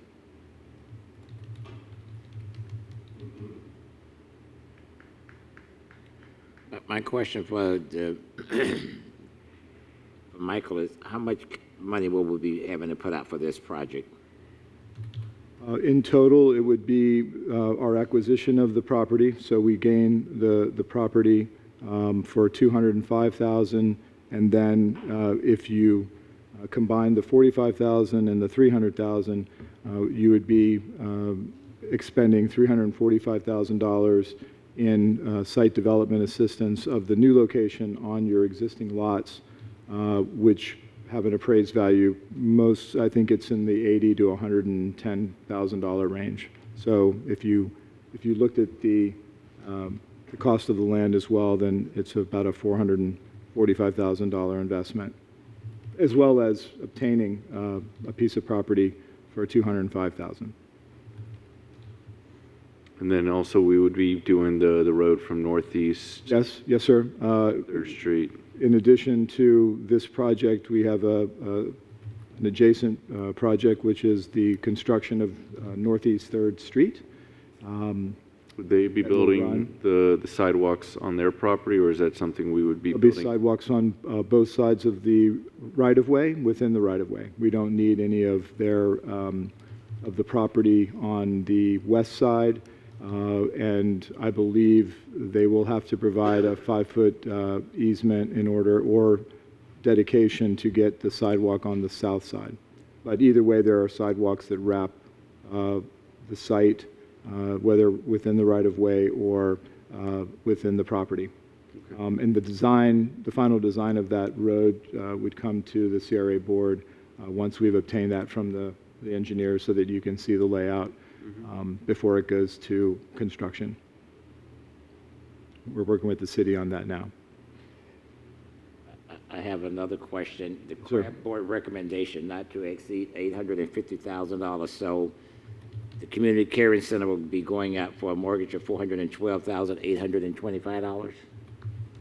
The recommendation that was provided by the CRAB board, simply put, was that they were willing to support this project up to $850,000 as a recommendation to you. They were comfortable with any amount of assistance up to that point, and the CRA board took the recommendation and decided that the land, the acquisition, and the $345,000 for a total expenditure of the project of $550 was where you wanted to end your assistance. It doesn't mean that you can't consider giving more, but at this point, that's what your board has determined the $550. Okay, but would this project be considered part of the MLK corridor? Yes, sir, definitely. Project item list, and that's Yes, where sir. we have the $1.6 million? This has already been budgeted. You budgeted the acquisition. No, I was just saying, As an overall accumulation of expenditure, yes, it's within the MLK and corridor. so we do have a project fund item to help put more to this if we wanted to, correct?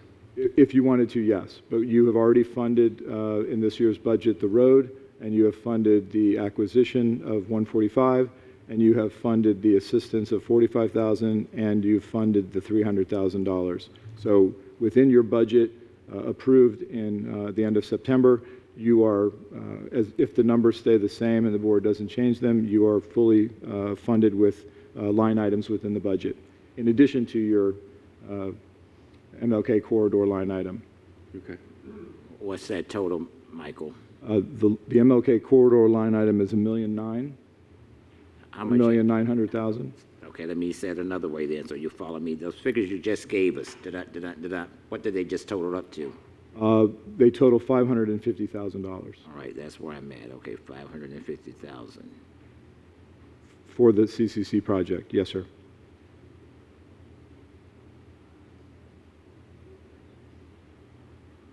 All right. Let me call. I need to talk to Sherry again.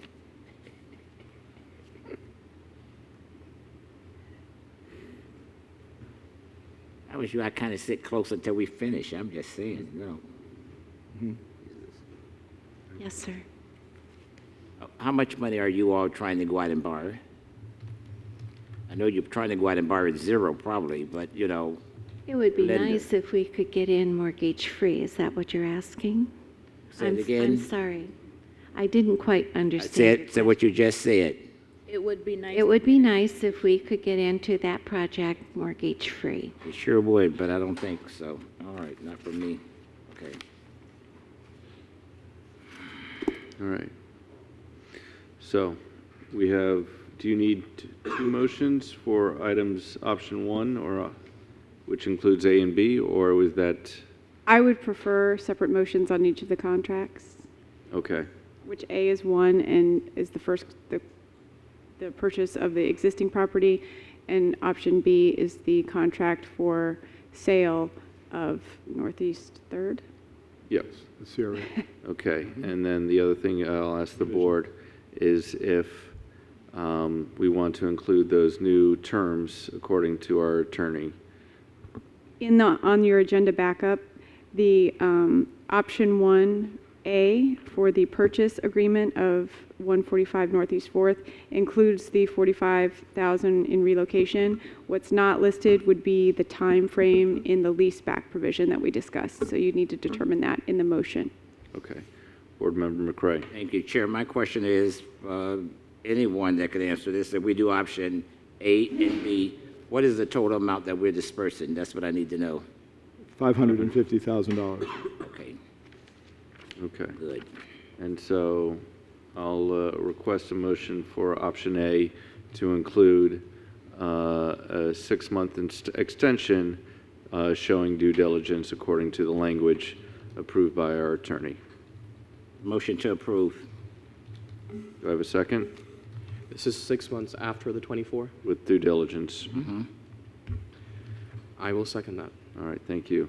Any further discussions? Seeing none, all those in favor state so by saying aye. Aye. All those opposed? Hearing none, motion passes unanimously. Approve the sale of the CRA-owned parcels located on Northeast 3rd Street to the Community Caring Center in the amount of $10 and provide $300,000 for the project development costs for the construction of new culinary incubator, food preparation services, and business development center. Motion to approve. Second. Any further discussion? Seeing none, all those in favor state so by saying aye. Aye. Any opposed? Hearing none, motion passes unanimously. For clarification for legal, I just direction that your motion to approve the contracts will allow the mayor to sign them without bringing them back. That's good, yes. Okay.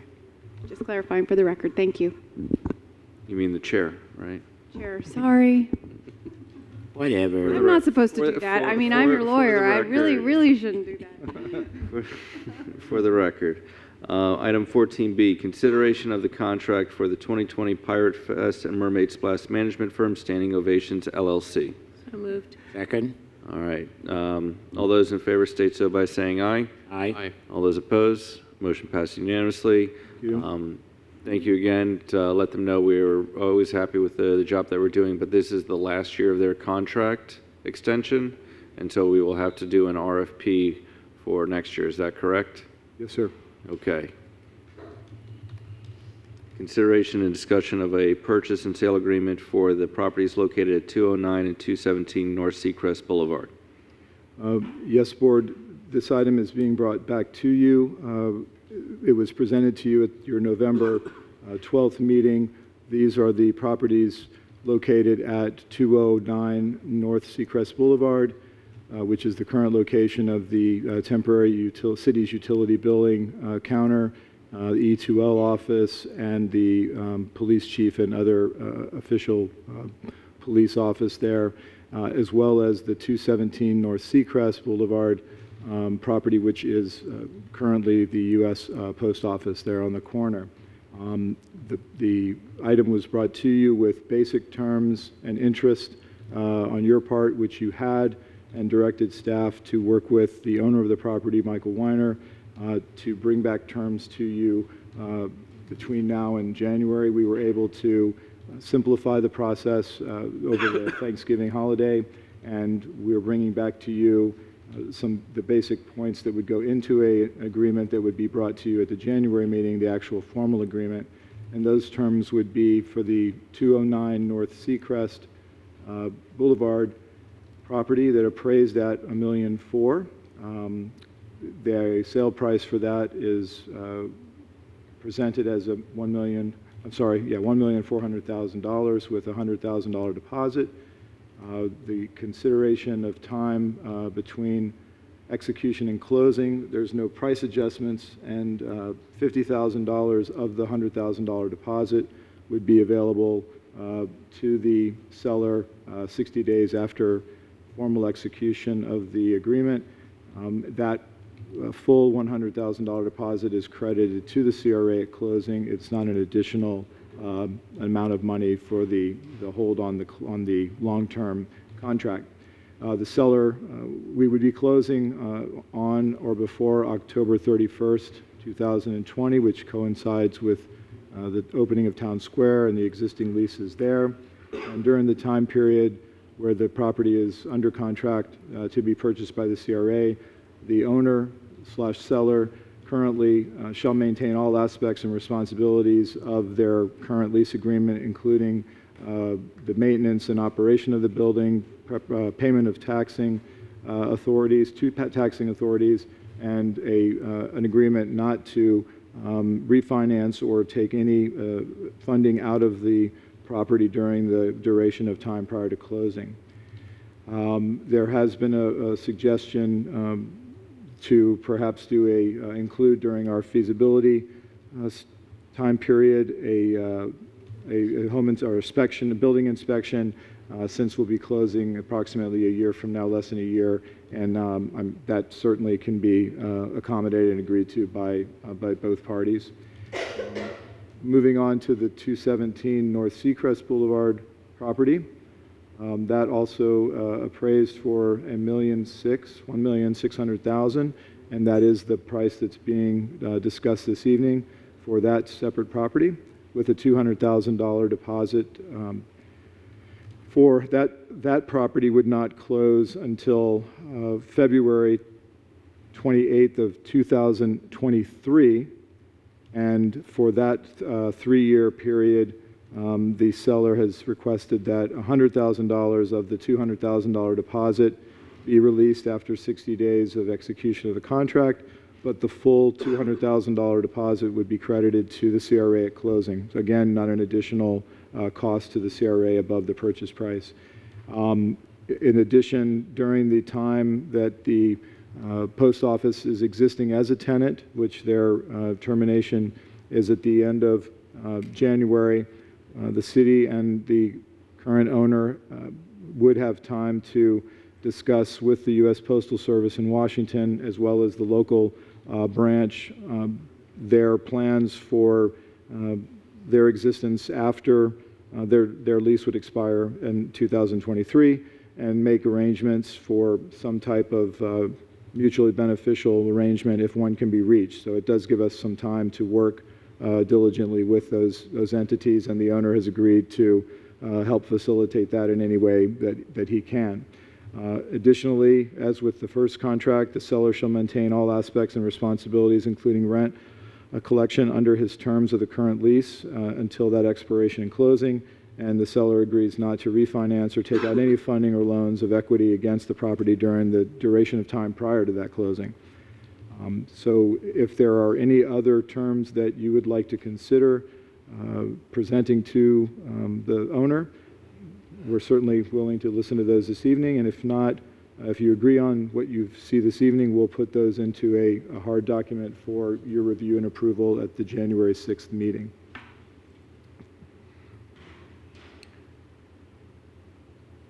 So one of the things that I spoke with the executive director was regarding 209 North Seacrest Boulevard, that building is still functioning. However, we don't necessarily know the quality of that building, and so until we do the due diligence and inspection report, my main concern is that the building's over 40 years old, and so what exact are we buying the property for $1.4 million, or are we buying the building and the property for $1.4 million?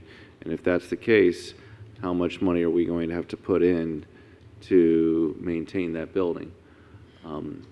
And so I'd like to do an inspection report. Basically, I'd like to say that if there's over $50,000 in repairs that need to be made to that building, that would be taking off the purchase price up to that amount. And that's kind of where I'm at. As for the 217 North Seacrest, I wouldn't make that same offer because it's not a big building. It's more of more land than building versus the other property. And I know that we're getting the option to buy in 2023, which has that value. So let's say if somebody wants to offer us $2 million for that property, we have the first right of refusal, and so we can control that property's future use by having that option.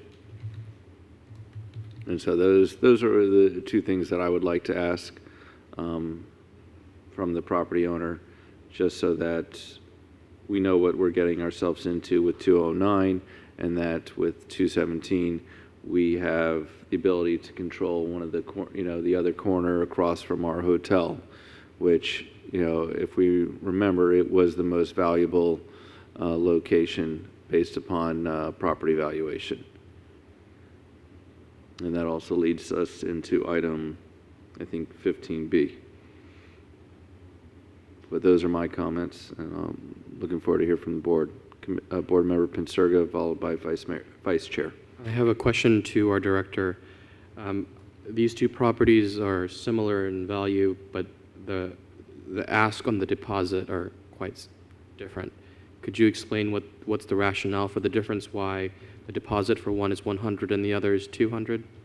The deposit on the larger amount is on the property that has the longer closing, and the shorter closing is the less amount. So I believe it's really, he determined it based on the time that he's under contract, but he's not receiving closing funds for 3 years. So that was his ask of the board, and so that's what I've presented.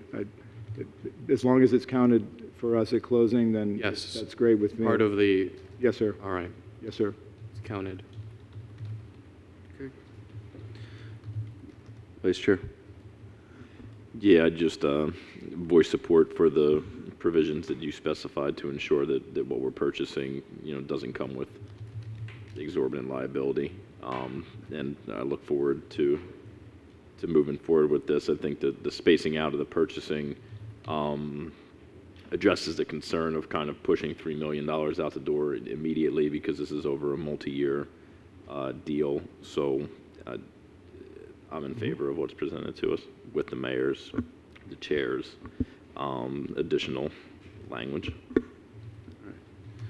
Yes. I'd like to hear from Ms. Oyer. Yes. We'll open it up to public comments. Thank you. Susan Oyer, 140 Southeast 27th Way. I am concerned about the post office situation. I know they were looking to move the post office a few years ago, and the national level at the post office did a study and said it was imperative to keep that post office open when they were closing them all around the country, just because the level of service in this community, you have a level of people who have transportation situations or health or whatever it is, but they purposely wanted this one kept open just because it does such a valuable service to the community. So my concern is if you buy this and do something, yay, and I have no problem with that, although I do kind of like the nice mid-century architecture. But I think we need to be cognizant of this has a purpose. The federal government has identified that this serves a purpose for this community, and we do need to keep a post office there. So I just ask, whenever you're thinking and looking ahead, to consider keeping a post office there, because it is so important to this end of the city. And if we get rid of it, I mean, I already go in on Saturdays, and I'm telling everybody and their brother where to go to find an open post office, because the next open post office is, much further west, and that's just not convenient for so many people. So I would just ask that you keep that in mind as you're moving forward, to keep a post office in here. Thank you. Yes, Board Member McRae. Thank you. Okay, at the last meeting, I wasn't in favor of purchasing this property, okay? Now I'm moving forward to purchasing this property. I heard what Mrs. Oyer said about the government. But the government, they also do things like, that's them becoming like the citizens as well. If they want to do something, they just go come in and say, well, we're going to close this post office, and then we'll be out of luck. I'm just saying that's an opportunity for us now. I hear what she has to say, let's go ahead and purchase the property and then let the government worry about where they're going to put a post office instead of the city of Boynton. Right. And so I do have a P.O. box there. I don't think that affects, my vote, correct? I think you're good. Okay. I do too, if we're in the mood of disclosure. Yes. And so, yeah, it's the 33425 zip code there.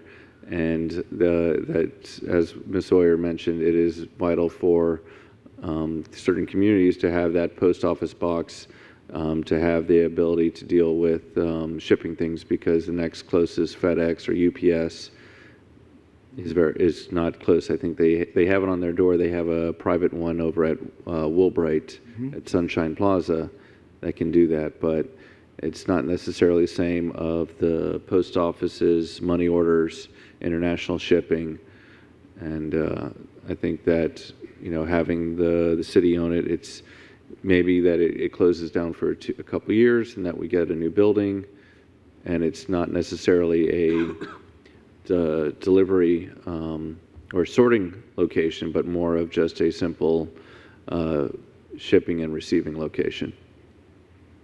Yes, Vice Chair. I was going to say, I think that if there's any potential to keep anything post office related there, it would just have to be more of a retail operation, because there's no way to have an exterior loading bay and the parking for the trucks and redevelop the site. So, yeah, if there's some way to ensure that there's a retail post office or private post service, but I just imagine redevelopment difficult with the necessities of a full delivery post office. Yep. All right.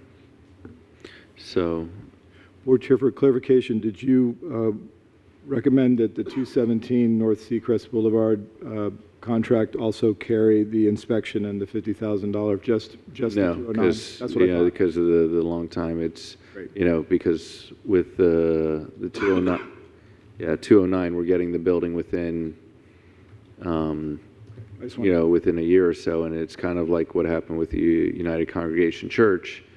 Mm-hmm. We bought the appraised value, however, the building wasn't the full appraised value. Mm-hmm. And a lot of work went into that. So, may I have a motion to approve as amended? Second. All those in favor state so by saying aye. Aye. All those opposed, motion passes unanimously. Great. Thank you. We got Sergeant Deal with Neighborhood Officer Program fourth quarter report, crime stats.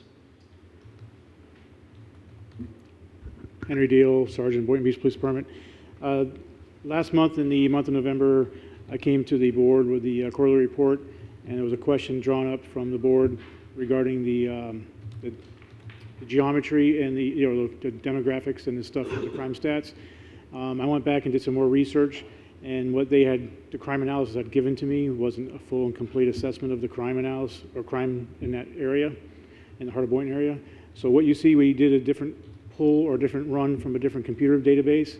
It's our records management system called QED, and that's what you see in front of you. Those are the type 1 crimes for that particular period, which is the fourth quarter of fiscal 18-19, as the board requested.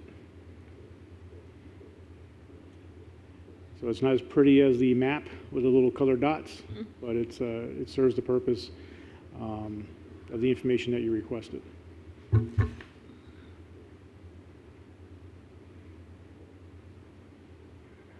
And in there. All right. Yes, Board Member McCray. Thank you. Sergeant Deal, I want to say thank you for this report. This is more explicit than those dots just being dropped up there, because I know that was more going on than just me seeing about 20, 30 dots, and I'm just saying this explains what was going on with the question that I asked. I want to say thank you for bringing to me what I requested. This is what I wanted to see, sir. Thank you. If it, excuse me, if it pleasures the board, I can certainly do that from here on out. I don't have to use the map. I only got a couple more more months I'll be here. They might change their mind, Okay. I can certainly produce that rather than the map with the colored dots in the future. Sergeant, I'd like to request that you do this in addition to the map. I think can do there's that. also value in looking at the geographical patterns. Okay, So I thank can do you. that too. That's great. All right. Any other questions from the board? Seeing none, thank you. Thank you. Moving on to item 14E, consideration of 2020 CRA board meeting dates. For motion that y'all don't have any meetings. I'm just kidding. Second. I won't be here. Staff took an independent, an individualized attempt to pick some dates for your January meeting, and the options were Monday, January 6th, or Wednesday, January 8th, and as a consensus, perhaps without getting into your own personal discussions, which you can have now, January 6th, the Monday, was the date we're presenting as staff based on the responses. However, that certainly can be altered this evening. We just need you to approve a date for January, and then that would include the approval of the dates, the rest of the dates for the remainder of 2020. So moved. Second. And so we have it as January 6th? Yes. All right, thank you. Very good. All those in favor state so by saying aye. Aye. All those opposed, motion passes unanimously. Thank you. New business, consideration of interlocal agreement between the Boynton Beach CRA and City of Boynton Beach for the funding reimbursement of expenses related to the agency's relocation into the new City Hall. This item is for you to approve an interlocal agreement between the CRA and the city so that we are able to pay for, directly reimburse the city for furniture and furnishings being acquired through their process of completing the new City Hall and library and the fourth floor CRA offices. Question. Yes, Board Member McCray. Thank you. Is the CRA going to be moving into City Hall? Yes, sir. Okay. This Would you approve? Discussion. Yes. So there will no longer be any rent that the CRA is paying for anything from this move? Well, it's actually really expensive. I'm sorry. I'm sorry. For the clerk. You were asking if there's any rent to the building? No. I think what the chair is implying is our commitment to the city for the... Yes, ma'am. Okay, I'm done. All right. So may I have a motion to approve? You already had a one. motion. Oh, we did have a second? Second. Sorry. Any further discussion? Seeing none. All those in favor state so by saying aye. Aye. All those opposed? Hearing none, motion passes unanimously. Next, item 15B, consideration of purchase for the property located at 121 Northwest First Avenue. So move. Second. What is the amount listed? The tax deed sale has the property opening at $10,000, and we are looking for a ceiling on an auction value of between $235,000 and $245,000, which the auction take place on December 18th. So that value, 235, 245, that's based on the surrounding properties, if I understand correctly? Yes, sir. You can establish any ceiling that you would like on that bidding process, but I'm providing you the high end of value if the CRA were to be in a continuous bid process on the 18th. We don't have the ability, obviously, to come back to you during the process for approval. What have we on a set price. as a cap in the past? Generally speaking, you use the appraised value or a market value, unless we haven't had anything that we didn't want to get. What's the condition of the property?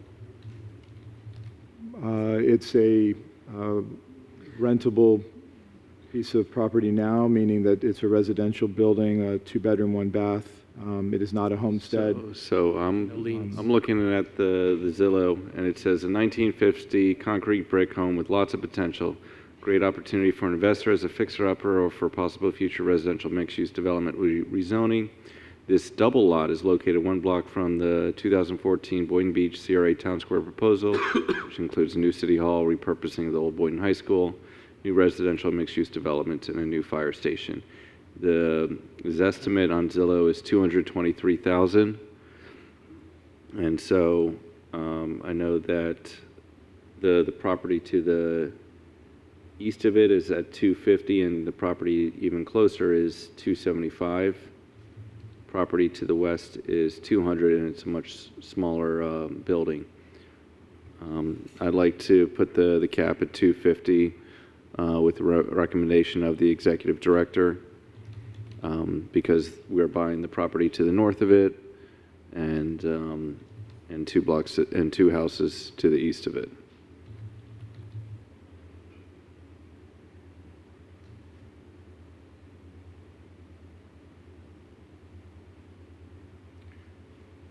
So, does the board have a motion for that?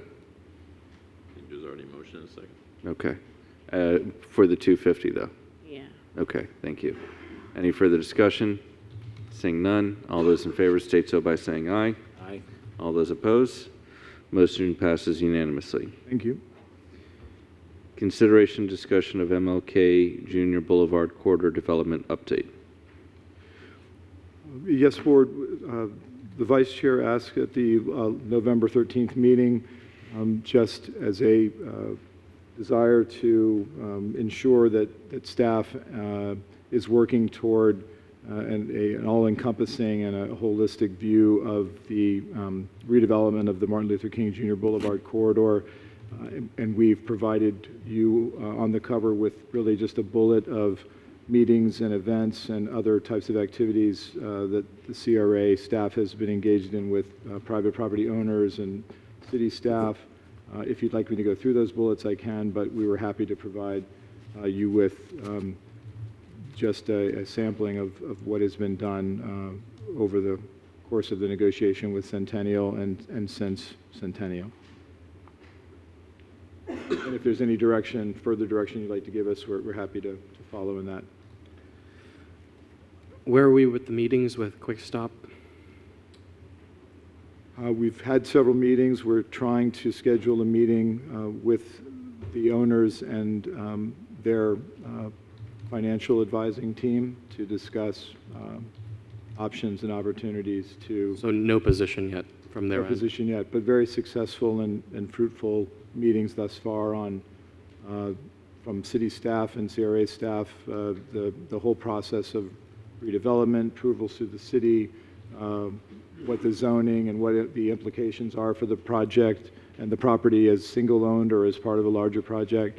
I think from the response the Bells have given us, they were greatly appreciative of the time, and I think it exposed them to some of the realities as well as the benefits of what's going on around them and the complications of redevelopment overall in general.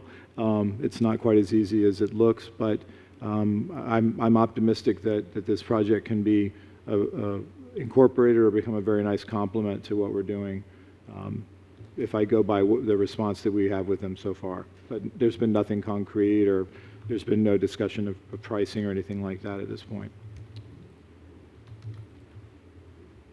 And in there, Yes, Board Member Craig. thank you. You'd be a bad teacher, you don't even look around. In regards, have you all heard anything about Easy Mart? It has been sold. Check into it. Okay. Thank you, because I heard it. Sorry, don't want to throw y'all off, but it's something that needs to be looked at. All right. Vice Chair. Yeah, and just the reason I wanted to kind of make sure we kept aware of what has been done or continue to look for new opportunities is just I think that there might be a tendency to get complacent because we've got this Centennial project moving forward, and that is a major project, but I just don't want to lose sight of the fact that the plan is to redevelop the entire street, not just one project on it. So, periodically I might bring this back up just to continue to see what the CRA has done as far as outreach to see what opportunities might be out there for continued investment or redevelopment on the entire. We can provide that to you on a quarterly basis if you'd like, or every month if you want, but certainly less than a quarter. And when we have opportunities that come up, like obviously the CCC, the road that we're building, other properties that may come available to buy or to invest in or work with the owner, those will come up just as they reach a point to bring forward to the board. So while these are going on, there may be something that might actually be on the agenda next month or the month after for exactly what you're looking for. But it's very appropriate that you want to see this on a regular basis. I'd support that request. Okay. Assuming there's something to report. Yep. Thank you. All right. Next, we have consideration of the new CRA Affordable and Workforce Housing Grant Program. Yes, Board Chair and Board members, we shut for the record. Back in 2017, the CRA developed a program to fund nonprofit organizations with a grant program to support activities for economic and business development as well as affordable and workforce housing. The two grantees were the Habitat for Humanity of South Palm Beach County and the CCC. Since then, there's been some statutory changes this year that basically discontinued the ability for CRAs in general to fund nonprofit organizations However, the board did budget for this fiscal year, 2019 and 20, $95,000 to be used for the construction of rehabilitation of affordable and workforce housing activities. And so staff is presenting just some basic parameters for the board to consider when developing a grant application for this funding. One of which is, the big change is the applicant may be a housing provider. It could be a for-profit or nonprofit entity. The board should consider the maximum grant amount per application, as well as the minimum number of units to be provided. Staff also recommends that the ownership should be a fee simple type ownership versus the rental. And the access of funding would be simply if the applicant provides all the completed reimbursement requests and documents that the CRA could reimburse within 30 days. The review process will be similar to that of the current grant program, with a application, the reimbursement requirements, and grant agreement to be approved by the board. We also would ask that the board, since this will be for-profit and nonprofit, a credit report be done for all the applicants. And the last two criteria in that table is for the board consideration with respect to the maintenance of affordability. If the board would like to have anything drafted in the grant program to maintain that affordability if it's necessary, or if the board feel that it's the tangible asset that we're getting with the development of the affordable housing is enough, given the small amount that you're giving to each applicant. And also, the last one is really what kind of instrument to secure the public interest when the grant is given to an entity. So with that, we would like direction from the board, and we would like to bring the program back to the board after working with the attorney at a future CRA meeting. I want to open it up to public comments. Good evening. Mohammed Abdallah, 181 Southeast Delray Beach, Senior Director of Government Community Affairs. Habitat is very interested in this, this new structure, but there is a couple of things on here that would result in some issues with Habitat. The fee simple ownership, how would that work with our land trust?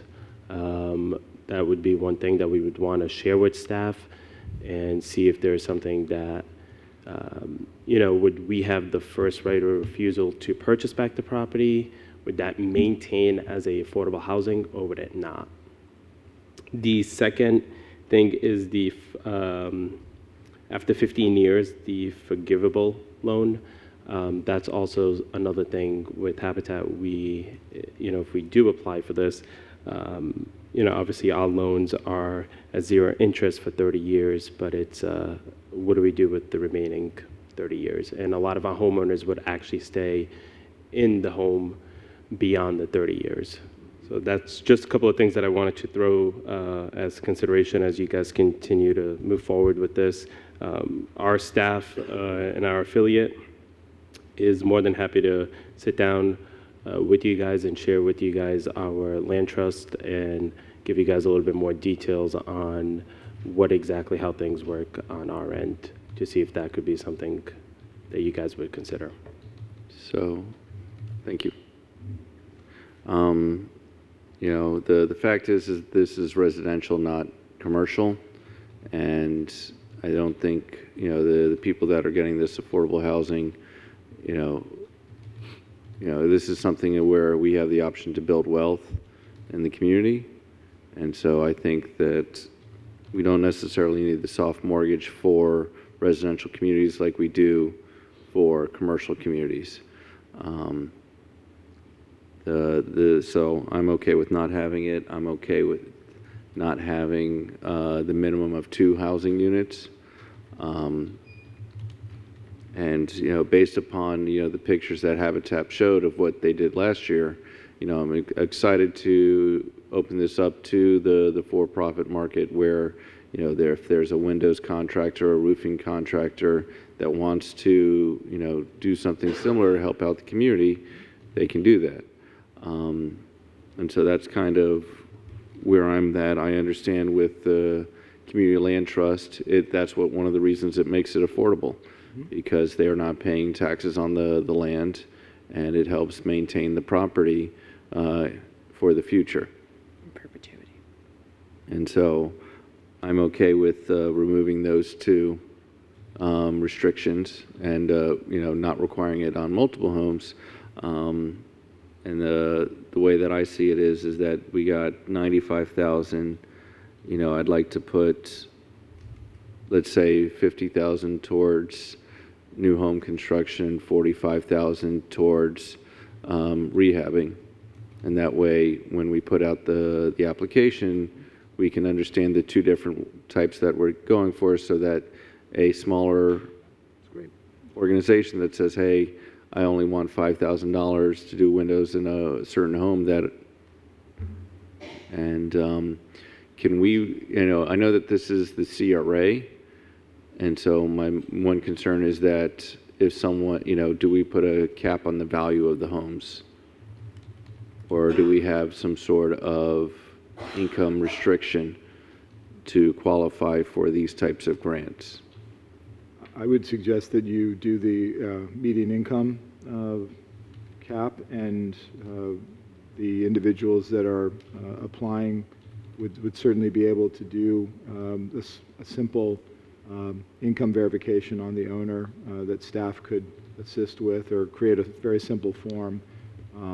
That's one way to do it, because value itself wouldn't necessarily show a family's income of affordability. So what I'd like to say is that rather than be intrusive with income, doing the public information of a homestead property, getting preference, not greater than $250,000 of appraised value according to the property appraiser of Palm Beach County. And so, Mac, does that make sense to you? I kind of want guidance in yours. Makes sense to me. Okay. That's the same for rehab and new construction, or just rehab? Well, that would be for rehab. Okay. As for new construction, well, they could build, some other. I don't necessarily know $200,000. I'd ask the staff to speak with Habitat. Yeah. Should we table this item then? No, because no. This This is only for a future discussion. I see. Yeah. Yes, sir. It's very simple what you're asking. There's nothing that we're deciding tonight. We're just providing guidance. And so if there's any other guidance that, yes, Board Member Romulus? I'd like to weigh in. Yes, I agree with the removal of the silent second mortgage, and just needing clarification, because that's also something that kind of stood out to me too about the 15 years. My personal opinion is, how do we help keep these homes affordable?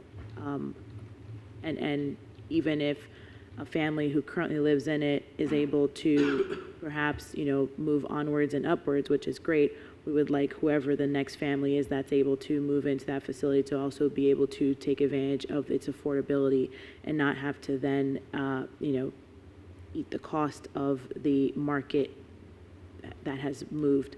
So that's where I'm trying to understand, we need to work that into the costs of how we do this. It needs to be affordable in perpetuity. Yes, ma'am. There's several ways that we can accomplish that in the application. The applicant would be required to establish in their response how they intend to keep that affordability. So if the entity is a naturally affordable housing developer, then the programs that they operate, let's use Habitat or the CDC, for example, but Habitat in this case, the very nature of their housing affordability and their housing program is for long-term affordability, so you wouldn't have to worry. If an independent developer wanted to build a single-family house and provide that assistance as a down payment, or to lower the cost for the construction, to be able to sell that to a person, then you might determine at that point that the best way to handle the situation in a person that doesn't have a program already, that you want to use a mechanism like a silent second that would continue the affordability.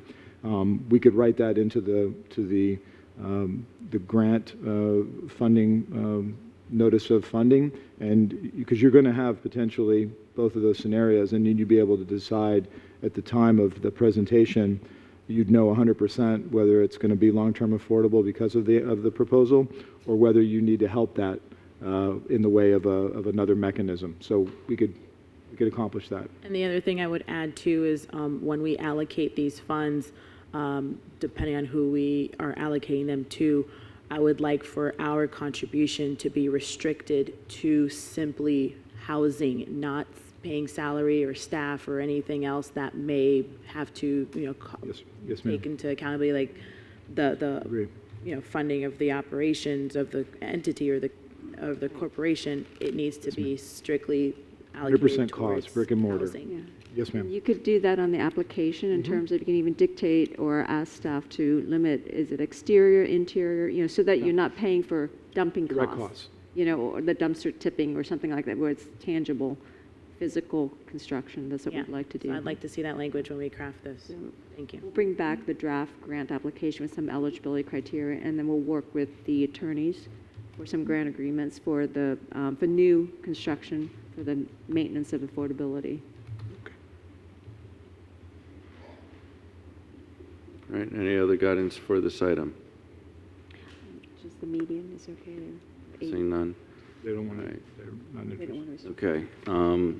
I do have something for the CRA Advisory Board if they're able to meet. I gave the Executive Director 2 properties for sale in the heart of Boynton Beach, both commercial and industrial. And I'd like to have a recommendation from the CRA Advisory Board to see if the CRA can purchase that to help improve economic activity in the heart of Boynton Beach. You gave or you proposed? I gave listings to the Executive Director of properties for sale. I just wanted, you said you gave as in they were your properties and you gave. Oh, no. Just I wanna didn't. make I sure didn't we own the cleared properties. I gave the flyer. Okay, just making sure. Yes. Way to go. And then, and so that's the other thing. And then the other conversation I want to have for maybe the future agenda item is the United Congregation Church with the City Hall Library to be completed by the end of next year. What is our future plans for that building? What is the current status of that building? If there's any repairs that need to be made.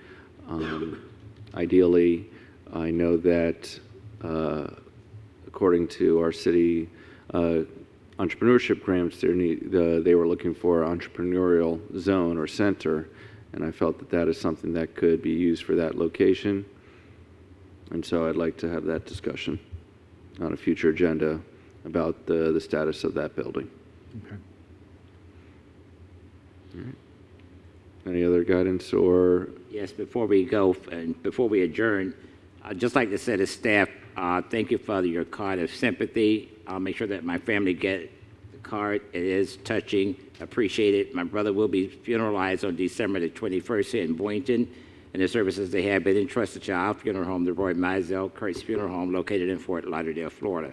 I'm doing well. I love each of you. Thank you. Thank you. Thank you. Thank you. All right. Board Chair, for clarification on the items that are being directed to the CRAB agenda, it's the 2 properties on Railroad Avenue that you brought this today. Was there another purchase agreement? You know, I'd ask our realtor to see if there's any other commercial properties. Okay, so it's just in general anything that's available within the district in a way? Correct. Okay. I know that we did not buy the Family Dollar, and Board Member McCray was saying that he did want to spend money in the heart of Boynton Beach to improve it, but the $1.2 million was not necessarily worth that. These properties are not that amount, and so that we can get a better idea how we can help the heart of Boynton Beach. Okay. Thank you. Motion adjourned. All right. Second, since the heater is on. Thank you. Thank you, Board.